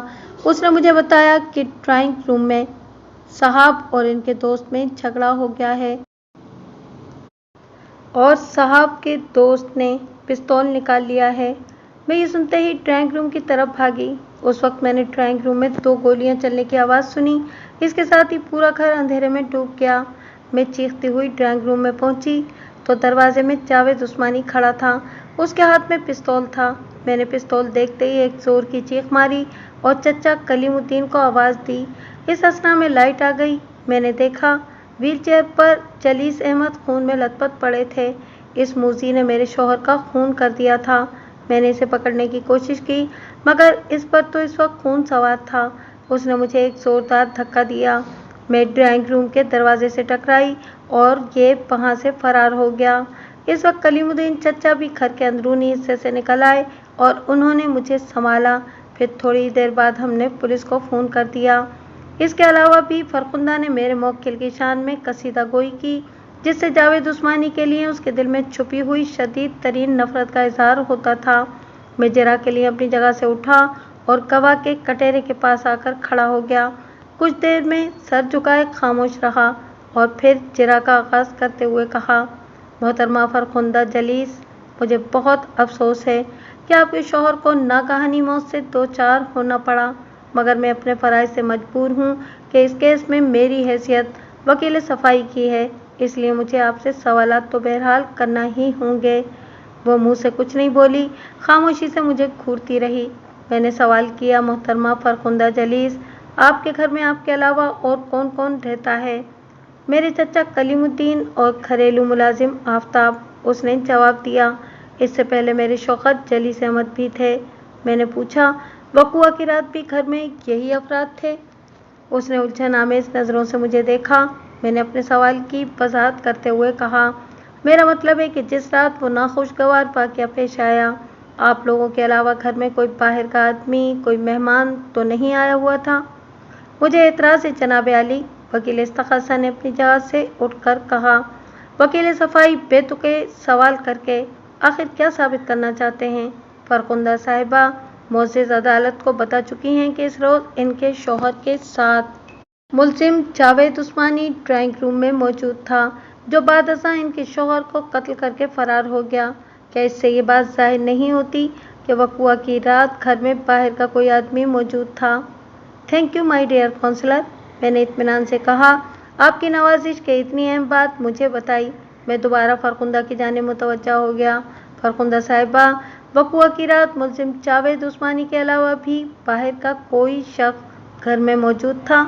اس نے خشک لہجے میں جواب دیا: نہیں۔ محترمہ فرخندہ جلیس، میں نے اپنی جرح کو آگے بڑھاتے ہوئے کہا، जिस वक्त आपके शौहर का कत्ल हुआ उस वक्त आपका चचा कलीमुद्दीन घर के किस हिस्से में था? उनका कमरा बंगले के पिछले हिस्से में है, वो इस वक्त वहीं थे। मैंने पूछा, फरखुंदा साहिबा, क्या आपको मालूम है कि आपके मरहूम शौहर जलीस अहमद और मुलजिम जावेद उस्मानी के दरमियान कारोबारी शराकत की नोयत क्या थी? जी हाँ, बहुत अच्छी तरह मालूम है मुझे, मगर ये शक धोखेबाजी पर उतर आया है। मैंने उसकी बात काटते हुए कहा, बेईमानी, फ्रॉड और धोखेबाजी पर बाद में बात होगी। फिलहाल मैंने जो आपसे पूछा है उसका जवाब दें। वो बल खाकर रह गई, फिर बोली, इस पार्टनरशिप बिजनेस में मेरे शौहर 49% के हिस्सेदार थे, यानी 51% हिस्सा मुलजिम जावेद उस्मानी का था, आप कह सकते हैं। मैंने कहा, मोहतरमा फरखुंदा जलीस, आपको कुछ अंदाज़ा है कि इस वक्त फैक्ट्री का कुल असासा कितना होगा? कमोबेश 50 लाख तो होगा। इसका मतलब ये हुआ कि कम से कम 25 लाख की रकम मकतूल के हिस्से की निकलती है। उसने अजीब से लहजे में मुंह बिगाड़ कर कहा, इसमें शक की क्या बात है? मैंने इसके सवाल को नज़रअंदाज करते हुए कहा, और अब इस रकम की हकदार आप हैं। शौहर की वफ़ात के बाद उसकी तमाम दौलत और जायदाद की हकदार उसकी बीवी ही होती है, फरखुंदा ने समझाने वाले अंदाज में कहा। वजह फरमाया आपने, लेकिन इस सूरत में कि मरने वाले ने कोई खुसूसी वसीयत न कर रखी हो। वो जल्दी से बोली, जलीस अहमद ने किसी किस्म की कोई वसीयत नहीं कर रखी थी। शुक्रिया फरखुंदा साहिबा। वो चौंक कर मेरी जानिब देखने लगी। मैंने सवाल किया, मोहतरमा फरखुंदा जलीस, आपने अपने बयान में मोअज़्ज़िज़ अदालत को बताया है कि जिस वक्त आपके शौहर पर फायरिंग की गई उस वक्त आप अपने बेडरूम में टीवी देख रही थीं। जी हाँ, मैंने यही बयान दिया है।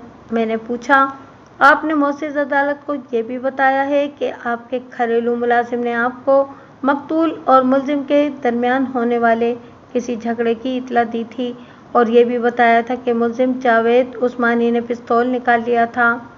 मुझे आफ्ताब ने यही बताया था। आपने अपने मुलाजिम से ये नहीं पूछा कि वो दोनों किस बात पर झगड़ा कर रहे थे?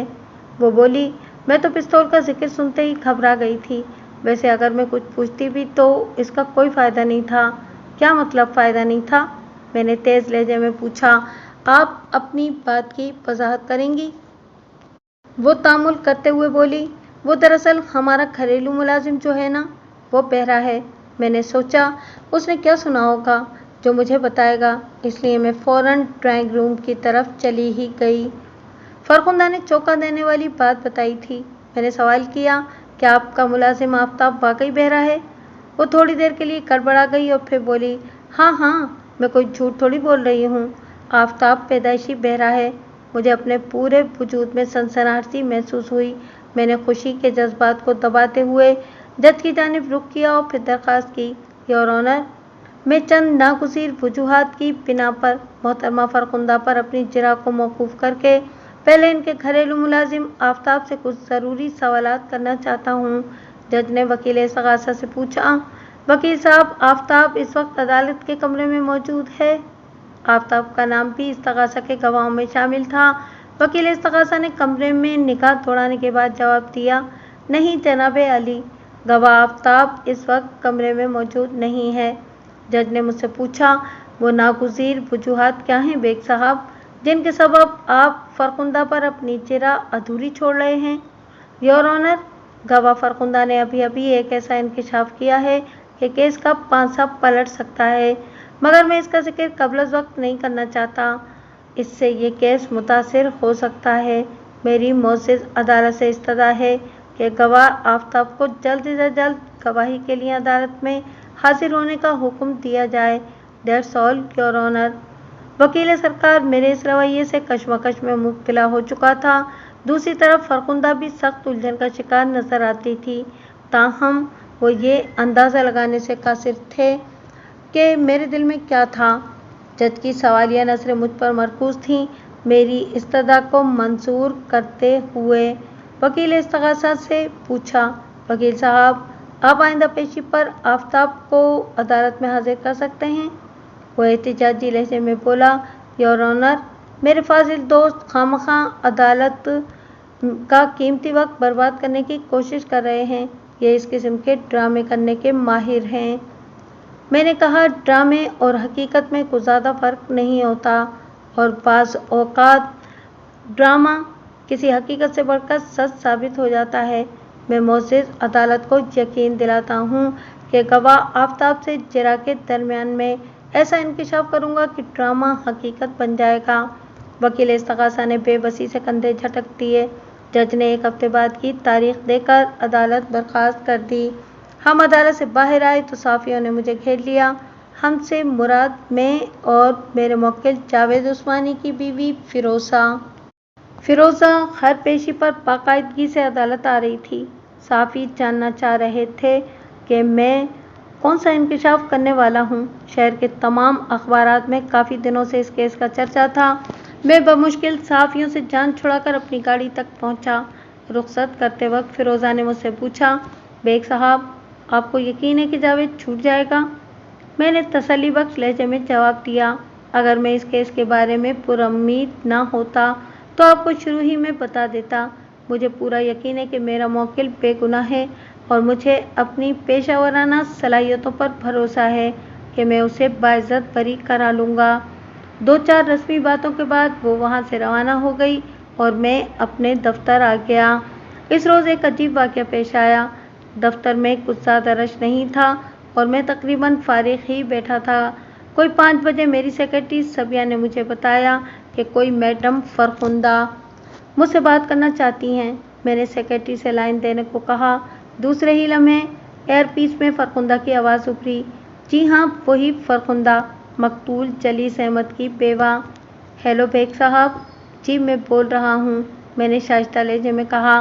दूसरी तरफ खासी देर खामोशी छाई रही। फिर फ़रखुंदा की भराई हुई आवाज़ आई, बेग साहब, आप आइंदा पेशी पर क्या इंकशाफ करने वाले हैं? सॉरी मैडम, ये मेरा पेशावराना राज है, आपको नहीं बता सकता। उसकी भराई हुई आवाज़ अचानक शीरी लहजे में ढल गई। पेशावराना राज? दोस्तों को तो बता देना चाहिए। दोस्तों को? मैंने चौंक कर कहा। हमारे दरमियान दोस्ती कब से हो गई? उसने मिठास भरे लहजे में कहा, अगर दोस्ती नहीं है तो हो तो सकती है ना। फ़रखुंदा साहिबा, आप जिस शख्स को फांसी के फंदे पर देखना चाहती हैं, मैं उसका वकील सफ़ाई हूँ। हमारे दरमियान दोस्ती का क्या सवाल? उसका मुख्तसर जवाब मेरी समाज से टकराया। इस दुनिया में सब कुछ मुमकिन है। मैंने पूछा, आपके वकील को इस बात का इल्म है कि आप मेरे साथ किस नौ की गुफ्तगू फरमा रही हैं? गोली मारें उसको, वो तो निरा गधा है, वो बेजारकुन लहजे में बोली। मैं इस केस में आपकी खिदमत हासिल करना चाहती हूँ। फ़ीस की कोई परवाह न करें, मैं मुँह मांगी रकम अदा करूँगी। ये नामुमकिन है, मैंने कतईयत से कहा। मैं अपने मुवक्किल को यूं बीच मझधार में नहीं छोड़ सकता। हाँ, अलबत्ता ज़िंदगी में आइंदा कभी आपको किसी वकील की ज़रूरत पड़ी तो इस बारे में सोचूंगा। एक मरतबा फिर तवील खामोशी का वक़्फ़ा आया। मुझे फ़रखुंदा के रवैये पर हैरत हो रही थी। मैं इस केस का मुखालिफ वकील था। मुझसे इस किस्म की बातें करने का आखिर उसका मकसद क्या था?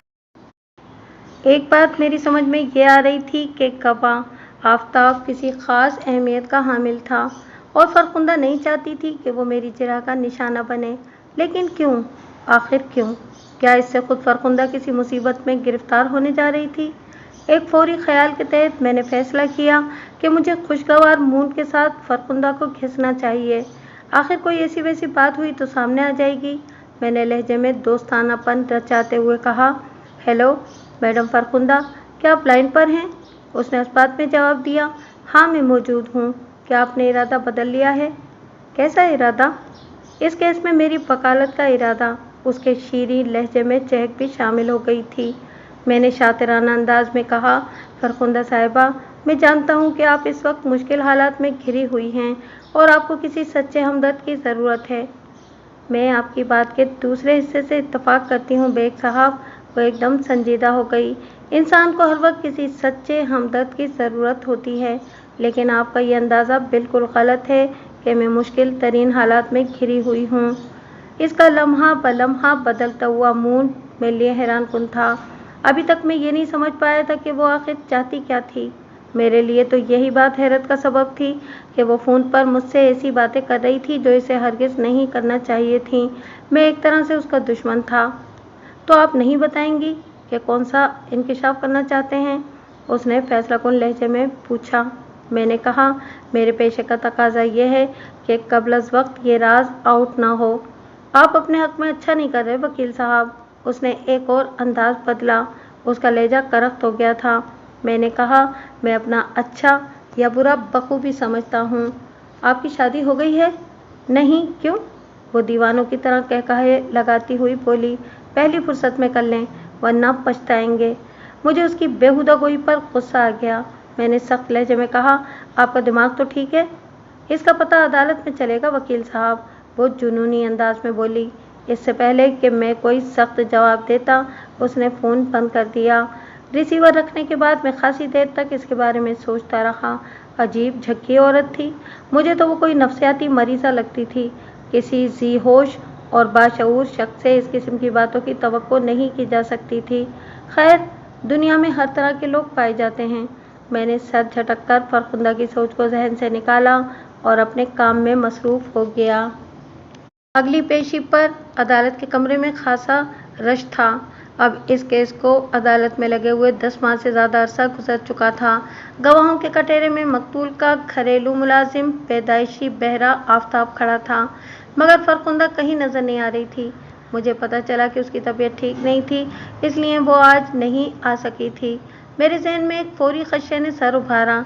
इसके साथ ही टेलीफोन पर फरखुंदा से होने वाली गुफ्तगू ताज़ा हो गई। मेरे एक झुल्लाट आमेज सवाल, आपका दिमाग तो ठीक है? इसके जवाब में उसने जुनूनी अंदाज में कहा था, इसका पता अदालत में चलेगा वकील साहब। मेरे कानों में खतरे की घंटियां बज उठीं। मैं बुनियादी तौर पर शक्की मिजाज वाक़ हुआ हूँ।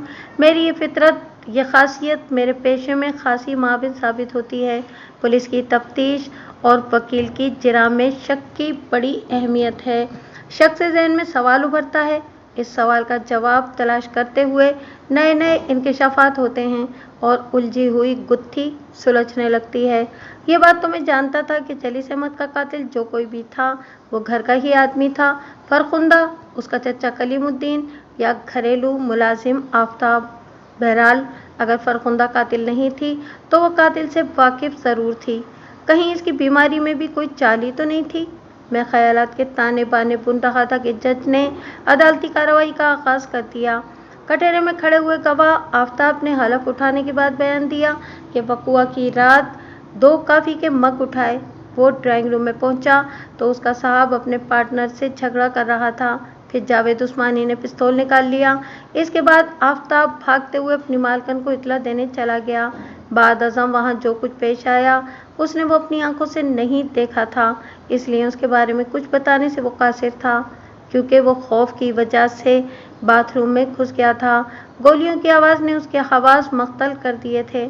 इसका बयान ख़त्म हुआ तो मैं जिरा के लिए उसके पास चला गया। मैं काफ़ी देर खामोशी से उसे घूरता रहा। थोड़ी देर के बाद वो नर्वस अंदाज में इधर उधर देखने लगा। वकील इस्तग़ासा ने शिकायती नज़रों से जज की जानिब देखा। जज ने मुझे जिरा शुरू करने का हुक्म दिया। मैंने चौंकने की अदाकारी की और आफ्ताब की जानिब मुतवज्जा हो गया। मिस्टर आफ्ताब, आपका नाम क्या है? मैंने उसकी आंखों में आंखें गाड़कर सनसनाते हुए लहजे में सवाल किया। उसकी आंखों में खौफ के साए लहराते हुए मैंने वाज़ेह तौर पर महसूस किए, मगर उसने मेरे सवाल का जवाब नहीं दिया और टुकर टुकर मुझे देखता रहा। वकील इस्तग़ासा फ़ौरन बीच में कूद पड़ा। आई ऑब्जेक्शन योर ऑनर।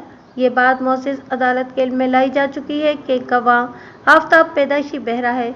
शायद डिफेंस काउंसलर की याददाश्त बहुत कमज़ोर है कि चंद रोज़ पहले की बात भी भूल चुके हैं।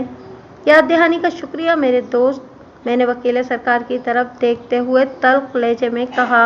मेरी याददाश्त बहुत मजबूत है जनाब, इसीलिए तो मैं ये सवाल कर रहा हूँ। वकील सरकार ने कहा, जब गवाह आपका सवाल सुन ही नहीं सकता तो फिर जवाब क्या देगा? बेहतर होगा कि आप कागज़ पर लिखकर इससे सवाल करें। फिर उसने एक खाली पेट पर अपनी फाइलों के दरमियान से निकाल कर मेरी तरफ बढ़ाया और कहा, मैं इसी मकसद के लिए ये लेकर आया हूँ। मैंने तमस्खुराना नज़रों से वकील इस्तग़ासा को देखा, फिर आफ्ताब के पास जाकर अपना सवाल दोहराया। मिस्टर आफ्ताब, आपका नाम क्या है? ये क्या मजाक है जनाब अली? वकील इस्तग़ासा उछल पड़ा। मेरे फाजिल दोस्त किस किस्म की जिरा कर रहे हैं? मैंने तो पहले कहा था कि ड्रामा करने के माहिर हैं। मैंने तुर्की ब तुर्की जवाब दिया, और मैंने मोअज़्ज़ज़ अदालत से वादा किया था کہ गवाह आफ्ताब से जिरा के दौरान में मैं ऐसा इंकशाफ करूँगा कि ड्रामा भी हकीकत बन जाएगा। कैसा इंकशाफ? इंकशाफ तो उस वक्त होगा जब गवाह मेरे सवाल का जवाब देगा। वकील इस्तगासा ने जज की जानिब मुड़ते हुए रुखासे लहजे में कहा, योर ऑनर, यह अदालत का कमरा है, किसी मदारी का मजमा नहीं। वकील सफाई कौन सा सांप निकालना चाहते हैं? जज ने मुझसे पूछा। बेग साहब, आप क्या करने का इरादा रखते हैं? योर ऑनर, मैंने निहायती एहतराम से जज को मुखातिब किया और फिर कहा, मैंने अब तक कोई भी नामुनासिब बात नहीं की, मैं तो इस गवाह से इसका नाम पूछ रहा था। वकील सरकार मेरी बात को काटते हुए बोला, गवाह पैदाइशी बहरा है, वो मामूली से मामूली आवाज़ भी नहीं सुन सकता। आपको इसको जो भी पूछना चाहते हैं लिख कर पूछ लें। मैंने कहा, मैं गवाह से इसलिए ज़बानी सवाल पूछ रहा हूँ कि आपके बकौल वो पैदाइशी बहरा है। अगर किसी जानदार में सुनने की सलाहियत नहीं है तो वो बोलने की सलाहियत से भी महरूम होगा। सुनने की सलाहियत ना होने से मेरी मुराद पैदाइशी महरूमी है। इंसान जब इस दुनिया में आता है तो पहले वो सुनता है, बोलना बाद में शुरू करता है। This is concrete medical research your honour. इस पैदाइशी माजूरी को तिब्बी इस्तिलाह में डेफ एंड डम कहा जाता है। आपने ऐसे अफराद के तालीमी और तरबियती मराकज़ पर वाज़े अल्फाज में फॉर डेफ एंड डम लिखा ज़रूर देखा होगा। आपने मेरे बयान की तस्दीक के लिए किसी ENT स्पेशलिस्ट से कंसल्ट कर सकते हैं। मैंने रुककर तीखी नज़रों से गवाह आफ्ताब को देखा और कहा, वैसे किसी ENT स्पेशलिस्ट से ज़्यादा मौसर पुलिस साबित होगी। वो मामूली से चेकअप के बाद इसका बहरापन दूर कर देंगे। जज ने खुशीली नज़रों से गवाह आफ्ताब को घूरा। मैंने अपना बयान जारी रखते हुए कहा, जनाबे आली, डॉक्टर की माहिराना राय और पुलिस वालों की करामत तो रही एक तरफ, मैं मोअज़्ज़िज़ अदालत की तवज्जो गवाह के बयान के इख्तितामी हिस्से की जानिब मबसूल कराना चाहता हूँ। एक लम्हे के तवक्कुफ़ से मैंने इजाफ़ा किया, योर ऑनर, गवाह ने अपने बयान में बताया है कि जब उसने जावेद उस्मानी के हाथ में पिस्तौल देखा तो वो फ़ौरन अपनी मालकन को इतला करने भागा। फिर फायरिंग की आवाज़ सुनकर वो खौफज़दा हो गया और बाथरूम में घुस गया। इसके हवास मख्तल हो गए थे। योर ऑनर, एक ऐसा शख्स जो पैदाइशी बहरा है वो गोलियों की आवाज़ से खौफज़दा होकर बाथरूम में जा छुपता है ना मज़े की बात। आफ्ताब ने हिरासा नज़रों से मुझे देखा। इसे एहसास हो गया था कि वो बयान में कितनी संगीन गलती कर चुका था, मगर अब कुछ नहीं हो सकता था। तीर कमान से निकल चुका था और वापस नहीं आ सकता था। वकील इस्तगासा के चेहरे पर भी मायूसी के गहरे बादल छाए हुए थे। जज ने कड़कदार आवाज़ में गवाह से पूछा, तुम्हें झूठी गवाही देते हुए शर्म नहीं आई? फिर अचानक वो हो गया कि ना तो पुलिस के पास जाने की ज़रूरत रही और ना ही किसी माहिर समाज डॉक्टर को ज़हमत देना पड़ी। मसनूई बहरे गवाह आफ्ताब ने भरी अदालत में रोना शुरू कर दिया।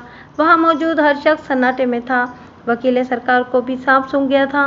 मैंने जज को मुखातिब करते हुए कहा, जनाबे आली, गवाह की झूठ की कलई खुल चुकी है, इसलिए मेरी मोअज़्ज़िज़ अदालत से इस्तदा है कि वो गवाह को शामिल तफ्तीश करने का हुक्म जारी करे। आफ्ताब ने फटी फटी नज़रों से जज को देखा, फिर अचानक फट पड़ा, जज साहब, मेरा कोई कसूर नहीं है, मैंने किसी को कत्ल नहीं किया और ना ही मैं कातिल के बारे में कुछ जानता हूँ। मैं बहरा भी नहीं हूँ, बल्कि एक नॉर्मल इंसान हूँ। मुझे माफ़ कर दें जनाब, मैं बेगुनाह हूँ। जज ने उसे डांट पिलाई। अगर तुम बेगुनाह हो तो फिर तुमने किसके ईमा पर झूठ बोला? क्यों रचाया तुमने ये ढोंग? वो सहमे हुए लहजे में बोला, मुझे ये सब कुछ करने के लिए मालकन और इनके चचा ने मजबूर किया था। मैंने बरसों इनका नमक खाया है, इनका हुक्म टाल तो नहीं सकता था। मैं मजबूर हो गया था, मुझे माफ़ कर दें, मैं आपके पाँव पर गिरकर माफ़ी मांग लूँगा। वारदात वाली रात क्या वाक़या पेश आया था? जज ने बारोब आवाज़ में पूछा। आफ्ताब ने जवाब दिया, मैं ड्राइंग रूम में मालिक जलीस अहमद के बुलाने पर गया था। उन्होंने मुझसे और कॉफ़ी लाने को कहा था। मैंने कॉफ़ी के जूठे मग उठाए और किचन की तरफ गया। थोड़ी देर बाद 2 गोलियां चलने की आवाज़ आई, फिर लाइट चली गई। मैंने चूल्हे की लौ ऊंची की और मोमबत्ती तलाश करने लगा। इस वक्त तक मुझे ये मालूम नहीं हुआ था कि फायरिंग हमारे ही बंगले में हुई थी। फिर मुझे मालकन के चीखने की आवाज़ आई। वो चचा कलीम को आवाज़ें दे रही थीं। मैं समझ गया कि सारी गड़बड़ हमारे बंगले ही में हुई है। मैं बावर्ची खाने से बाहर आया तो मुझे बताया गया कि जलीस अहमद के दोस्त ने इन्हें कत्ल करके फरार हो गए हैं। और मेरे मालिक जलीस अहमद को उन्होंने कत्ल कर दिया है। जो बयान मैंने अदालत में दिया वही बयान मैंने पुलिस को भी दिया था और ये सब बातें मुझे कलीम चचा ने समझाई थी। इस वक्त इतनी मोहलत नहीं थी कि मैं इनसे इस बारे में कोई सवाल करता, क्योंकि थोड़ी ही देर में एक पुलिस मोबाइल जावेद साहब को गिरफ्तार करके ले आई थी। फिर कुछ देर बाद एक और मोबाइल भी वहाँ पहुँच गई थी। अपनी बात ख़त्म करके वो फिर रोने लगा। जनाब, मैं अल्लाह की कसम खाकर कहता हूँ कि मैंने कोई जुर्म नहीं किया है, आप मुझे माफ़ कर दें। झूठी गवाही देना भी एक संगीन जुर्म है, जज ने नागवारी से कहा। आफताब ने लजाजत से कहा, मैं अब कभी झूठी गवाही नहीं दूंगा जनाब, मेरे बाप की भी तौबा। मैं आपसे वादा करता हूँ कि इन खतरनाक लोगों की नौकरी भी छोड़ दूंगा। मैंने जज की तरफ देखते हुए कहा, योर ऑनर, इस केस में फरखुंदा बेगम के चचा कलीमुद्दीन की ज़ात भी मुश्तबा अफराद में शामिल हो चुकी है।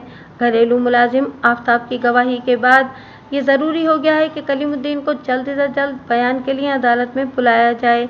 हालांकि वकील इस्तग़ासा ने गवाहों की जो फहरिस्त अदालत में पेश की है, इसमें कलीमुद्दीन का नाम भी शामिल है, मगर पता नहीं क्यों अभी तक इसे यहाँ लाया नहीं गया।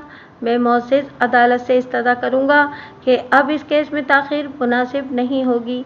फिर मैं जाकर अपनी जगह पर बैठ गया। जज ने कलीमुद्दीन को पाबंद गवाह करार देते हुए मुतालिका अदालती अमले को हुक्म दिया कि वो कलीमुद्दीन के नाम समन जारी कर दें। इसके साथ ही आफताब को ताकीद कर दी गई कि वो हर पेशी पर पाबंदी से अदालत में हाजिर होगा। उसने हाथ जोड़कर वादा किया कि वो ऐसा ही करेगा। आइंदा पेशी की तारीख देकर अदालत बर्खास्त कर दी। कटहरे में फरखुंदा का चचा कलीमुद्दीन खड़ा था और गहरी नज़रों से मुझे देख रहा था। उसकी उम्र का अंदाज़ा मैंने 40-42 साल लगाया।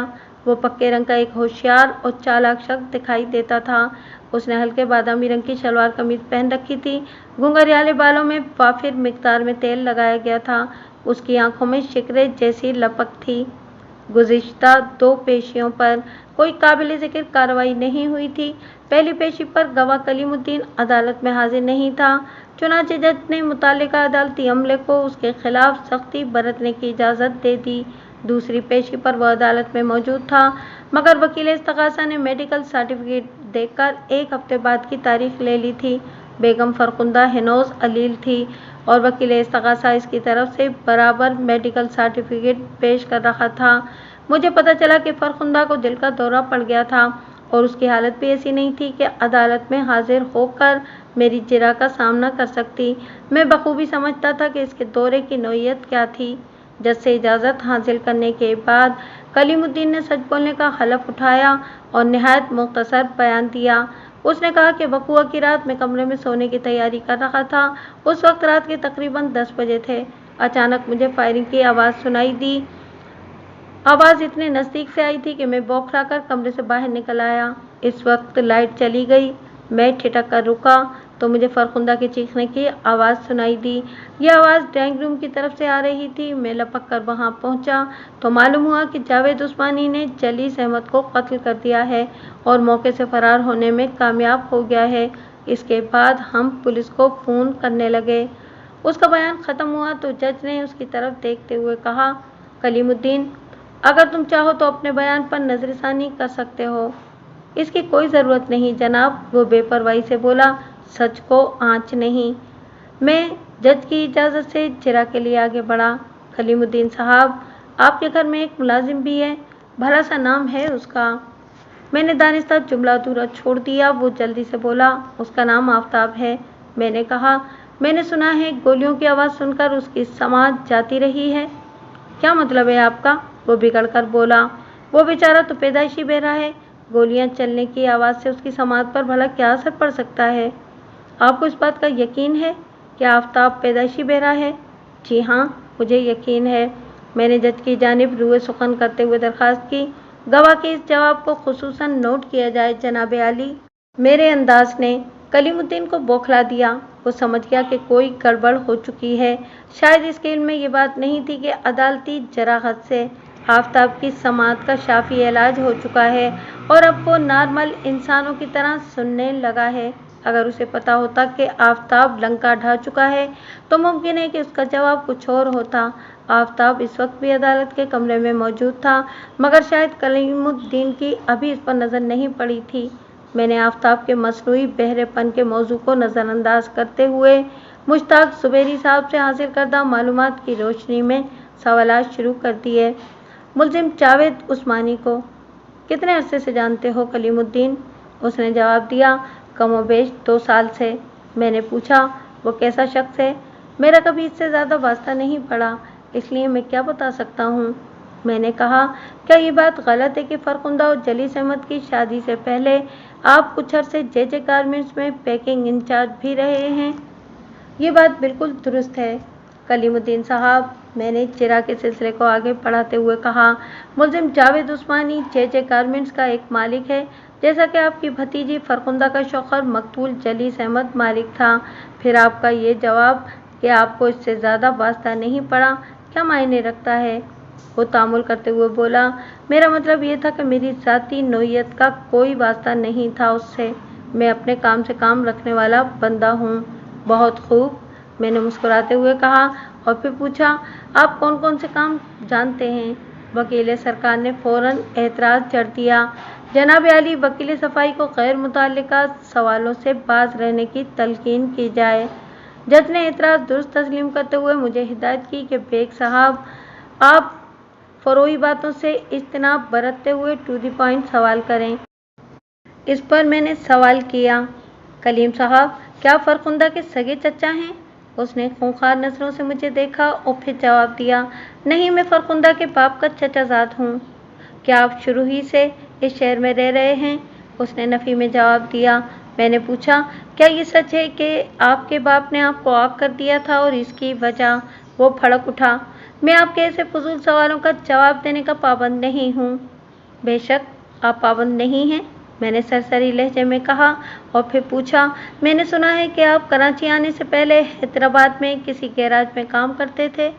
उसने उल्टा मुझसे सवाल कर दिया, आपको हैदराबाद पर एतराज़ है या मेरे गैराज में काम करने पर? मुझे ना तो आपके हैदराबाद में काम करने पर एतराज़ है और न ही किसी गैराज पे काम करने पर, मैंने मुतहम्मिल लहजे में कहा। मैं तो अपनी मालूमात की तस्दीक कर रहा था। फिर हो गई आपकी तसल्ली? मैंने इसके सवाल को नज़रअंदाज करते हुए पूछा, मुझे पता चला है कि आप बग़ैर चाबी के गाड़ियों के दरवाजे खोलने के भी माहिर हैं, जिसके लिए मखसूस इस्तिलाह लॉक ब्रेकर इस्तेमाल होती है, जो शुरफा की नज़र में खासी मायूब समझी जाती है। ये क्या बकवास है? वो तड़क कर बोला। वकील इस्तग़ासा इसकी मदद को दौड़ा, योर ऑनर, वकील सफाई मोअज़्ज़िज़ गवाह की इज्जत पर हमला कर रहे हैं। जज ने वकील सरकार के एतराज़ को मुस्तरद करते हुए मुझे जिरा जारी रखने का इशारा किया। मैंने गवाह से अगला सवाल किया, हैदराबाद वाले गैराज से आपको इसलिए निकाल दिया गया था कि आपने एक क्लाइंट की गाड़ी में से इसका तलाई लाइटर चुरा लिया था। लाइटर का मालिक तो आपको जेल भिजवाने के दर पे था, मगर गैराज के मालिक ने बीच में पड़कर मामला रफे दफे कर दिया और इसी रोज़ आपको भी नौकरी से निकाल दिया गया। क्या आप इस वाक़ये की भी तरदीद करेंगे? वो चीख कर बोला, ये झूठ है। ये मत भूलें कलीम साहब कि हैदराबाद वाले गैराज के मालिक को गवाही के लिए यहाँ बुलाया जा सकता है। मैंने इसकी आंखों में देखते हुए कहा। मुश्ताक जुबैरी की मालूमात बहुत कारआमद साबित हो रही थी। वो अचानक बरसों का बीमार नजर आने लगा। मैंने एक और चोट की, कलीमुद्दीन साहब, मुलजिम जावेद उस्मानी की नीली टोयोटा कार में से .38 का पिस्तौल निकालने में आपको कोई दुश्वारी तो नहीं हुई होगी, अगरचे मुलजिम ने अपनी गाड़ी के दरवाजे लॉक कर रखे थे। ये क्या कह रहे हैं आप? मैंने एक और वार किया, बंगले का मेन स्विच बंद करने की जिम्मेदारी आपकी थी या आपकी भतीजी की? वो हमन्नकों की तरह मुंह खोलकर मेरा मुंह तकने लगा। मैं बेदरपे वार करता चला गया। आप मुलजिम जावेद उस्मानी की पुश्त पर मौजूद पर्दों के पीछे छुपे खड़े थे या खिड़की के बाहर से आपने निशानाबाजी का कोई खुसूसी इंतज़ाम कर रखा था? वकील इस्तग़ासा ने आखिरी जोर मारा। वो अपनी जगह से उठा और जज को मुखातिब करते हुए बोला, जनाब आली, क्या मैं जान सकता हूँ कि मेरे फाजिल दोस्त कबल अज़ वक्त दलाइल क्यों दे रहे हैं? अभी तो गवाह पर जिरह जारी है, आर्गूमेंट्स की बारी तो बाद में आएगी।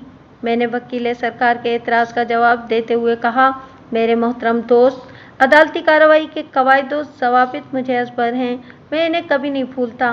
मुझे तो ये भी याद है कि मकतूल की बेवा फरखुंदा से मेरा क्रॉस क्वेश्चन अधूरा रह गया था। आप इसे जिरा के लिए कब पेश कर रहे हैं? मैं वकील हूँ, कोई डॉक्टर नहीं हूँ, वो खुश्क लहजे में बोला। फरखुंदा बेगम को अदालत में बयान देने के लिए आने के काबिल करना तो डॉक्टरों का काम है। मैं आपसे इत्तेफाक करता हूँ, मैंने मुस्कुराते हुए कहा, मगर फरखुंदा बेगम इस तकाज़ा की बहुत अहम शख्सियत हैं। इनकी देखभाल की कुछ न कुछ जिम्मेदारी तो आप पर भी आयद होती है। वकील इस तकाज़ा खून के घूंट पीकर रह गया, मगर मुंह से कुछ नहीं बोला। इसके साथ ही अदालत का वक्त ख़त्म हो गया। जज ने अगली पेशी की तारीख देकर समाअत मुलतवी कर दी। आइंदा पेशी 1 माह बाद की थी। अपने चैम्बर में जाने से पहले जज ने कलीमुद्दीन को खुसूसन ताकीद की थी कि वो अपने इलाके से कहीं बाहर जाने की कोशिश ना करे, और जाना अगर नागुज़ीर हो तो अपने मुतालिका थाने में इतला करने के बाद जाए। अगर उसने इस हिदायत पर अमल ना किया तो उसके नाकाबिले ज़मानत वारंट जारी कर दिए जाएंगे।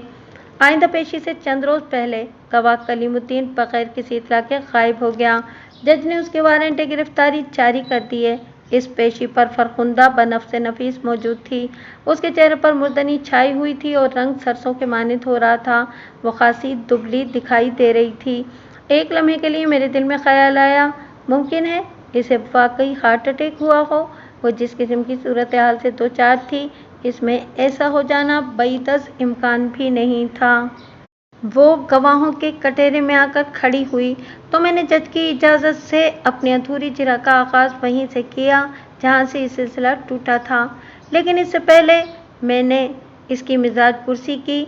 मैंने कटहरे के नज़दीक आकर नहायती नर्म लहजे में कहा, मोहतरमा फरखुंदा जलीस, अब आपकी तबीयत कैसी है? आपके दिल का मामला कहाँ तक पहुँचा? मेरा मतलब है, पिछले दिनों जो अचानक दिल का दौरा पड़ गया था, अब क्या हाल है? उसने घूर कर मुझे देखा और खुश्क लहजे में जवाब दिया, मैं ठीक हूँ, आप अपनी जिरा शुरू कर दें। मैंने कहा, मैडम, हमने आपके ग़याब में आपकी इजाज़त के बग़ैर आपके ज़ाती मुलाजिम आफ्ताब का बहरापन दूर कर दिया है। आपको कोई एतराज़ तो नहीं है? मैं ज़्यादा देर खड़ी नहीं हो सकती, वो नकाहतामेज़ लहजे में बोली। फिर मुल्तजी नज़र से जज को देखा और कहा, जनाबे वाला, अगर वकील सफ़ाई के पास कोई ढंग का सवाल नहीं रहा तो मुझे जाने की इजाज़त दें। मैं छेड़छाड़ तक करके असल मौजू पर आ गया। मोहतरमा फरखुंदा जलीस, आपने मोअज़्ज़िज़ अदालत को बयान देते हुए बताया था कि जब आपने फायरिंग की आवाज़ सुनी तो उसके फ़ौरन बाद लाइट चली गई थी। आप चीखते हुए ड्राइंग रूम के दरवाजे पर पहुंची तो अंदर से मुलजिम बरामद हो रहा था। आपने उसके हाथ में पिस्तौल भी देखा था। क्या आपको यकीन है कि वो पिस्तौल ही था? वकील इस्तग़ासा ने एतराज़ उठाया, जनाबे आली, पिस्तौल कोई ऐसी चीज़ नहीं है कि इसे पहचानने में कोई दुश्वारी होती हो। आज का बच्चा इस आतिशी हथियार से वाक़फ़ियत रखता है। वकील सफ़ाई का ये सवाल तिफलाना नहीं तो और क्या है? मैंने कहा, मेरे मोहतरम दोस्त, आप पहले मेरे सवाल को समझें, फिर मुदाखलत की कोशिश करें। वो सवालिया नज़रों से मेरी तरफ देखने लगा। मैंने वज़ाहती अंदाज में कहा, मैंने गवाह फरखुंदा साहिबा से ये पूछा है कि आया इन्हें यकीन था कि इस वक्त मुलजिम के हाथ में पिस्तौल ही था? इस बात को भी पेश नज़र रखें कि इस वक्त लाइट गई हुई थी और बंगला बकौले गवाह फरखुंदा अंधेरे में डूबा हुआ था। तारीकी में किसी शख्स के हाथ में पकड़ी हुई चीज़ की शनाख्त करना कोई आसान काम नहीं होता।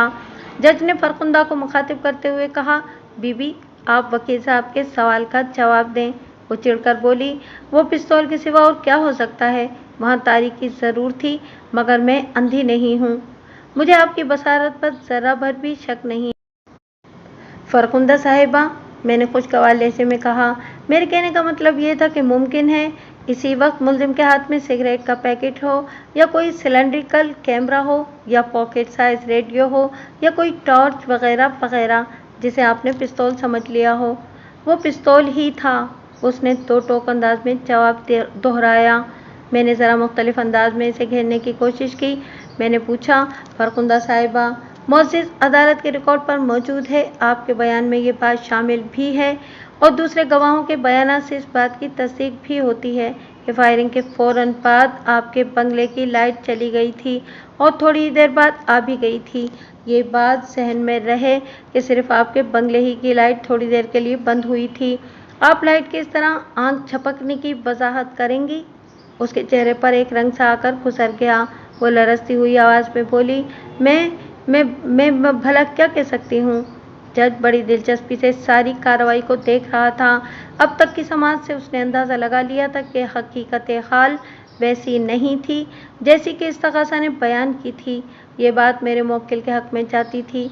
मैंने महसूस किया था कि आफताब वाली झूठी गवाही के पास से जज मेरी कारकर्दगी से खासा मुतासिर नज़र आता था। फरखुंदा ने अटक अटक कर मेरे सवाल का जवाब देने के बाद इमदाद तलब नज़र से वकील इस्तग़ासा की जानिब देखा तो वकील इस्तग़ासा पुरजोश अंदाज में बोला, योर ऑनर, हम पाकिस्तान के एक शहर में रहते हैं, ना कि जापान या अमेरिका में, जहां लाइट जाने का कोई तसव्वुर ही नहीं है। मोअज़्ज़िज़ अदालत भी इस बात से बखूबी आगाह है कि हमारे मुल्क में लाइट की आग मचोली एक मामूल की बात है। वकील सफ़ाई खामख़ा मोअज़्ज़िज़ गवाहों को नर्वस करने की कोशिश कर रहे हैं। अगर यही सवाल वो KESC से पूछें तो इन्हें तसल्लीबख्श जवाब मिल जाएगा। योर ऑनर, मैंने पुरतासुर लहजे में जज को मुखातिब किया, मेरे फाजिल दोस्त की इत्तला के लिए अर्ज़ है कि KESC ने अभी तक ऐसा कोई फार्मूला ईजाद नहीं किया कि सिर्फ किसी एक मखसूस घर की लाइट को ऑन ऑफ कर सके। इस सवाल का जवाब तो बहरहाल फरखुंदा साहिबा ही दे सकती हैं, या अगर वकील सरकार को जवाब मालूम हो तो मेरे इल्म में इजाफा फरमा कर शुक्रिया का मौका दें। वकील इस्तग़ासा ने झुल्ला कर कहा, घर का फ्यूज़ भी तो उड़ सकता है। Right you are my dear counsellor, मैंने जोशीले लहजे में कहा। वकील इस्तग़ासा ने अपनी दानिश में बड़ा आक़िलाना जवाब दिया था, मगर मैंने इसे आड़े हाथों लिया और कहा, मालूमात फराहम करने का बहुत बहुत शुक्रिया, लेकिन मेरे अजीज़, अभी तक ऐसा कोई फ्यूज़ ईजाद नहीं हुआ जो उड़ने के बाद खुद ब खुद जुड़ भी जाता हो। इसकी तशरीह फरमाएंगे आप? वो शर्मिंदगी से बगलें झाँकने लगा। मैंने कटहरे को थाम कर खड़ी हुई फरखुंदा से सवाल किया, मोहतरमा फरखुंदा साहिबा, मुझे ये बताएं कि आपके चचा हुजूर कहाँ गायब हो गए? मैं इनके बारे में कुछ नहीं जानती, उसने जवाब दिया। ये इनकी आदत है, कभी कभी वो बग़ैर किसी को बताए 2-4 रोज़ के लिए गायब हो जाते हैं और फिर खुद ही वापस आ जाते हैं। इसलिए हम इनकी फ़िक्र नहीं करते और ना ही इन्हें ढूंढने की कोशिश करते हैं। पहले की बात और थी फरखुंदा साहिबा, मैंने बनिस्बत सख्त लहजे में कहा।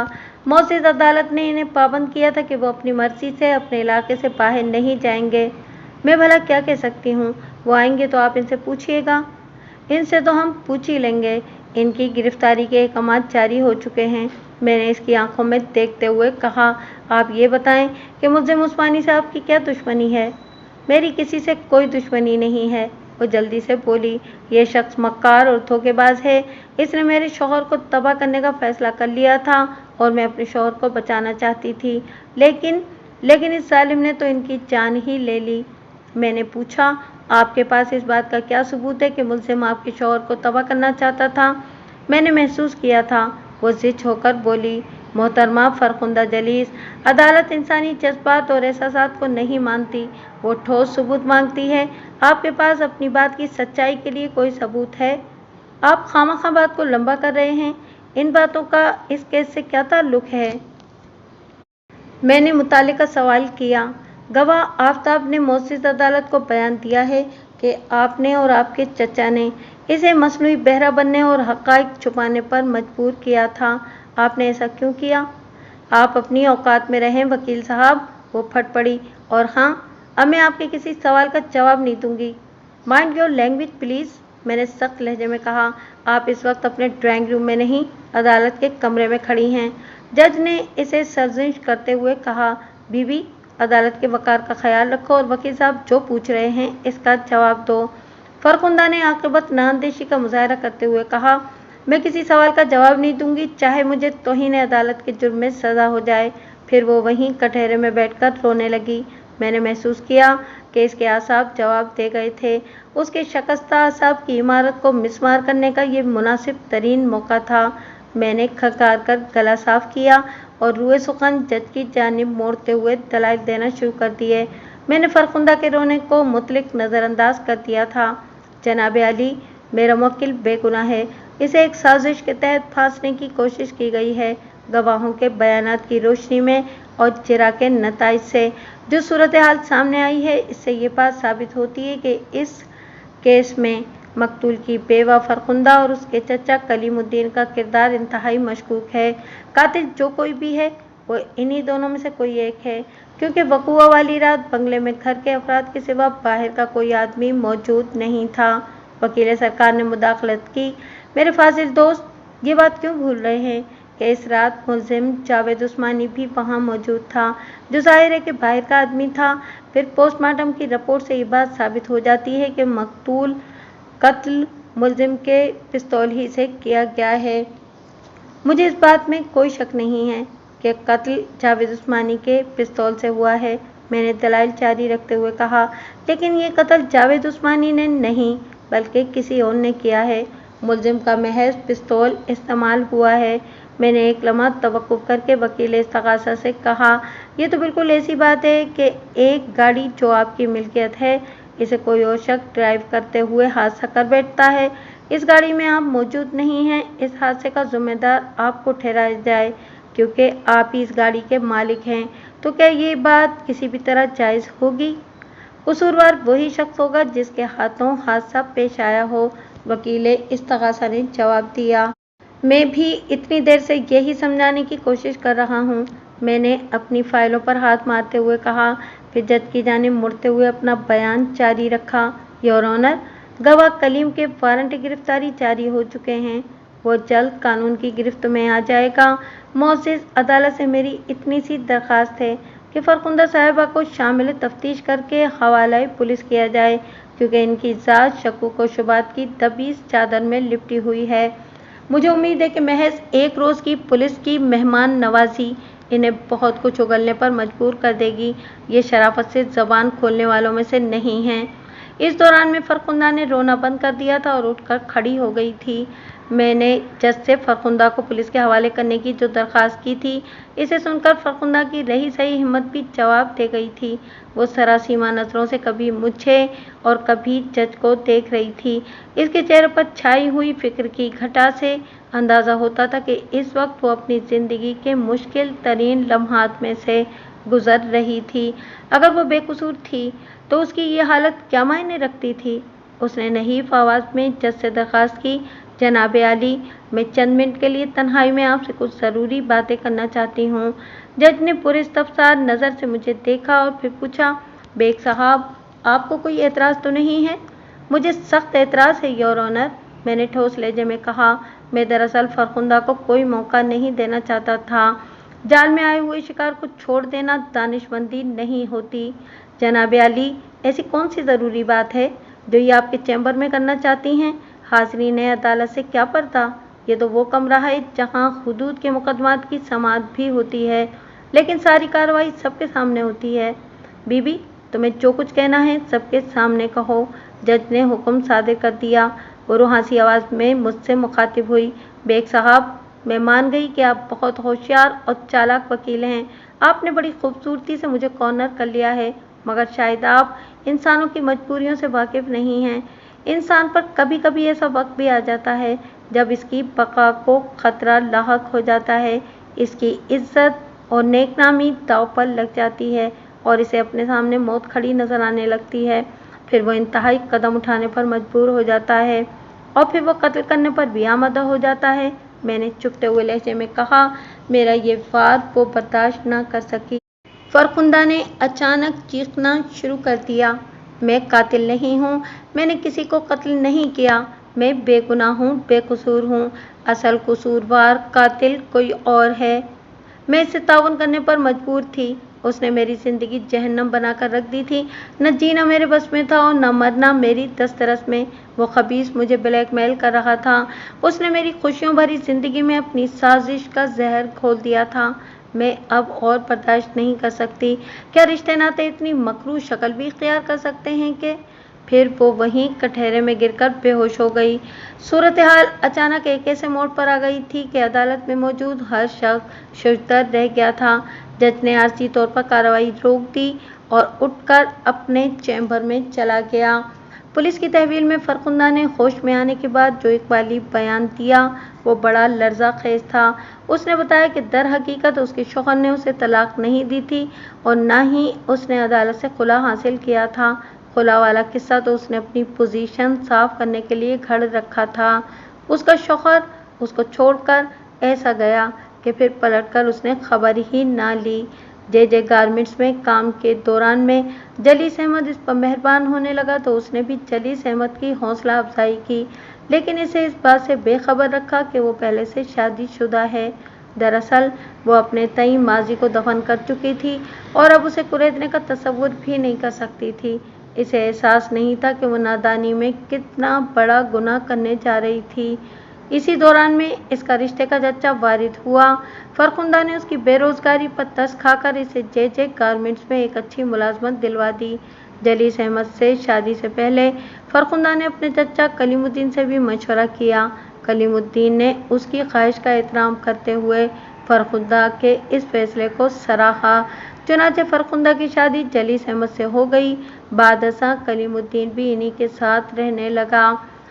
यहाँ से एक नया खेल शुरू हुआ। कलीमुद्दीन इस राज से वाकिफ था कि फरखुंदा को पहले शौहर से तलाक नहीं हुई थी। इसकी कमीनी फितरत ने हाथ पांव फैलाए और इसने फरखुंदा को ब्लैकमेल करना शुरू कर दिया। फरखुंदा दर हकीकत एक ऐसे मकाम पर खड़ी थी कि वो कलीमुद्दीन की हर बात मानने पर मजबूर थी। उसने अपने खबीस चचा के चुंगल से निकलने के लिए हर मुमकिन कोशिश की। इससे बड़ी रकम का लालच दिया कि वो इसका पीछा छोड़ दे और कहीं और चला जाए, मगर कलीमुद्दीन एक काइयां शख्स था। वो सोने का अंडा देने वाली मुर्गी को ज़ुबे नहीं कर सकता था।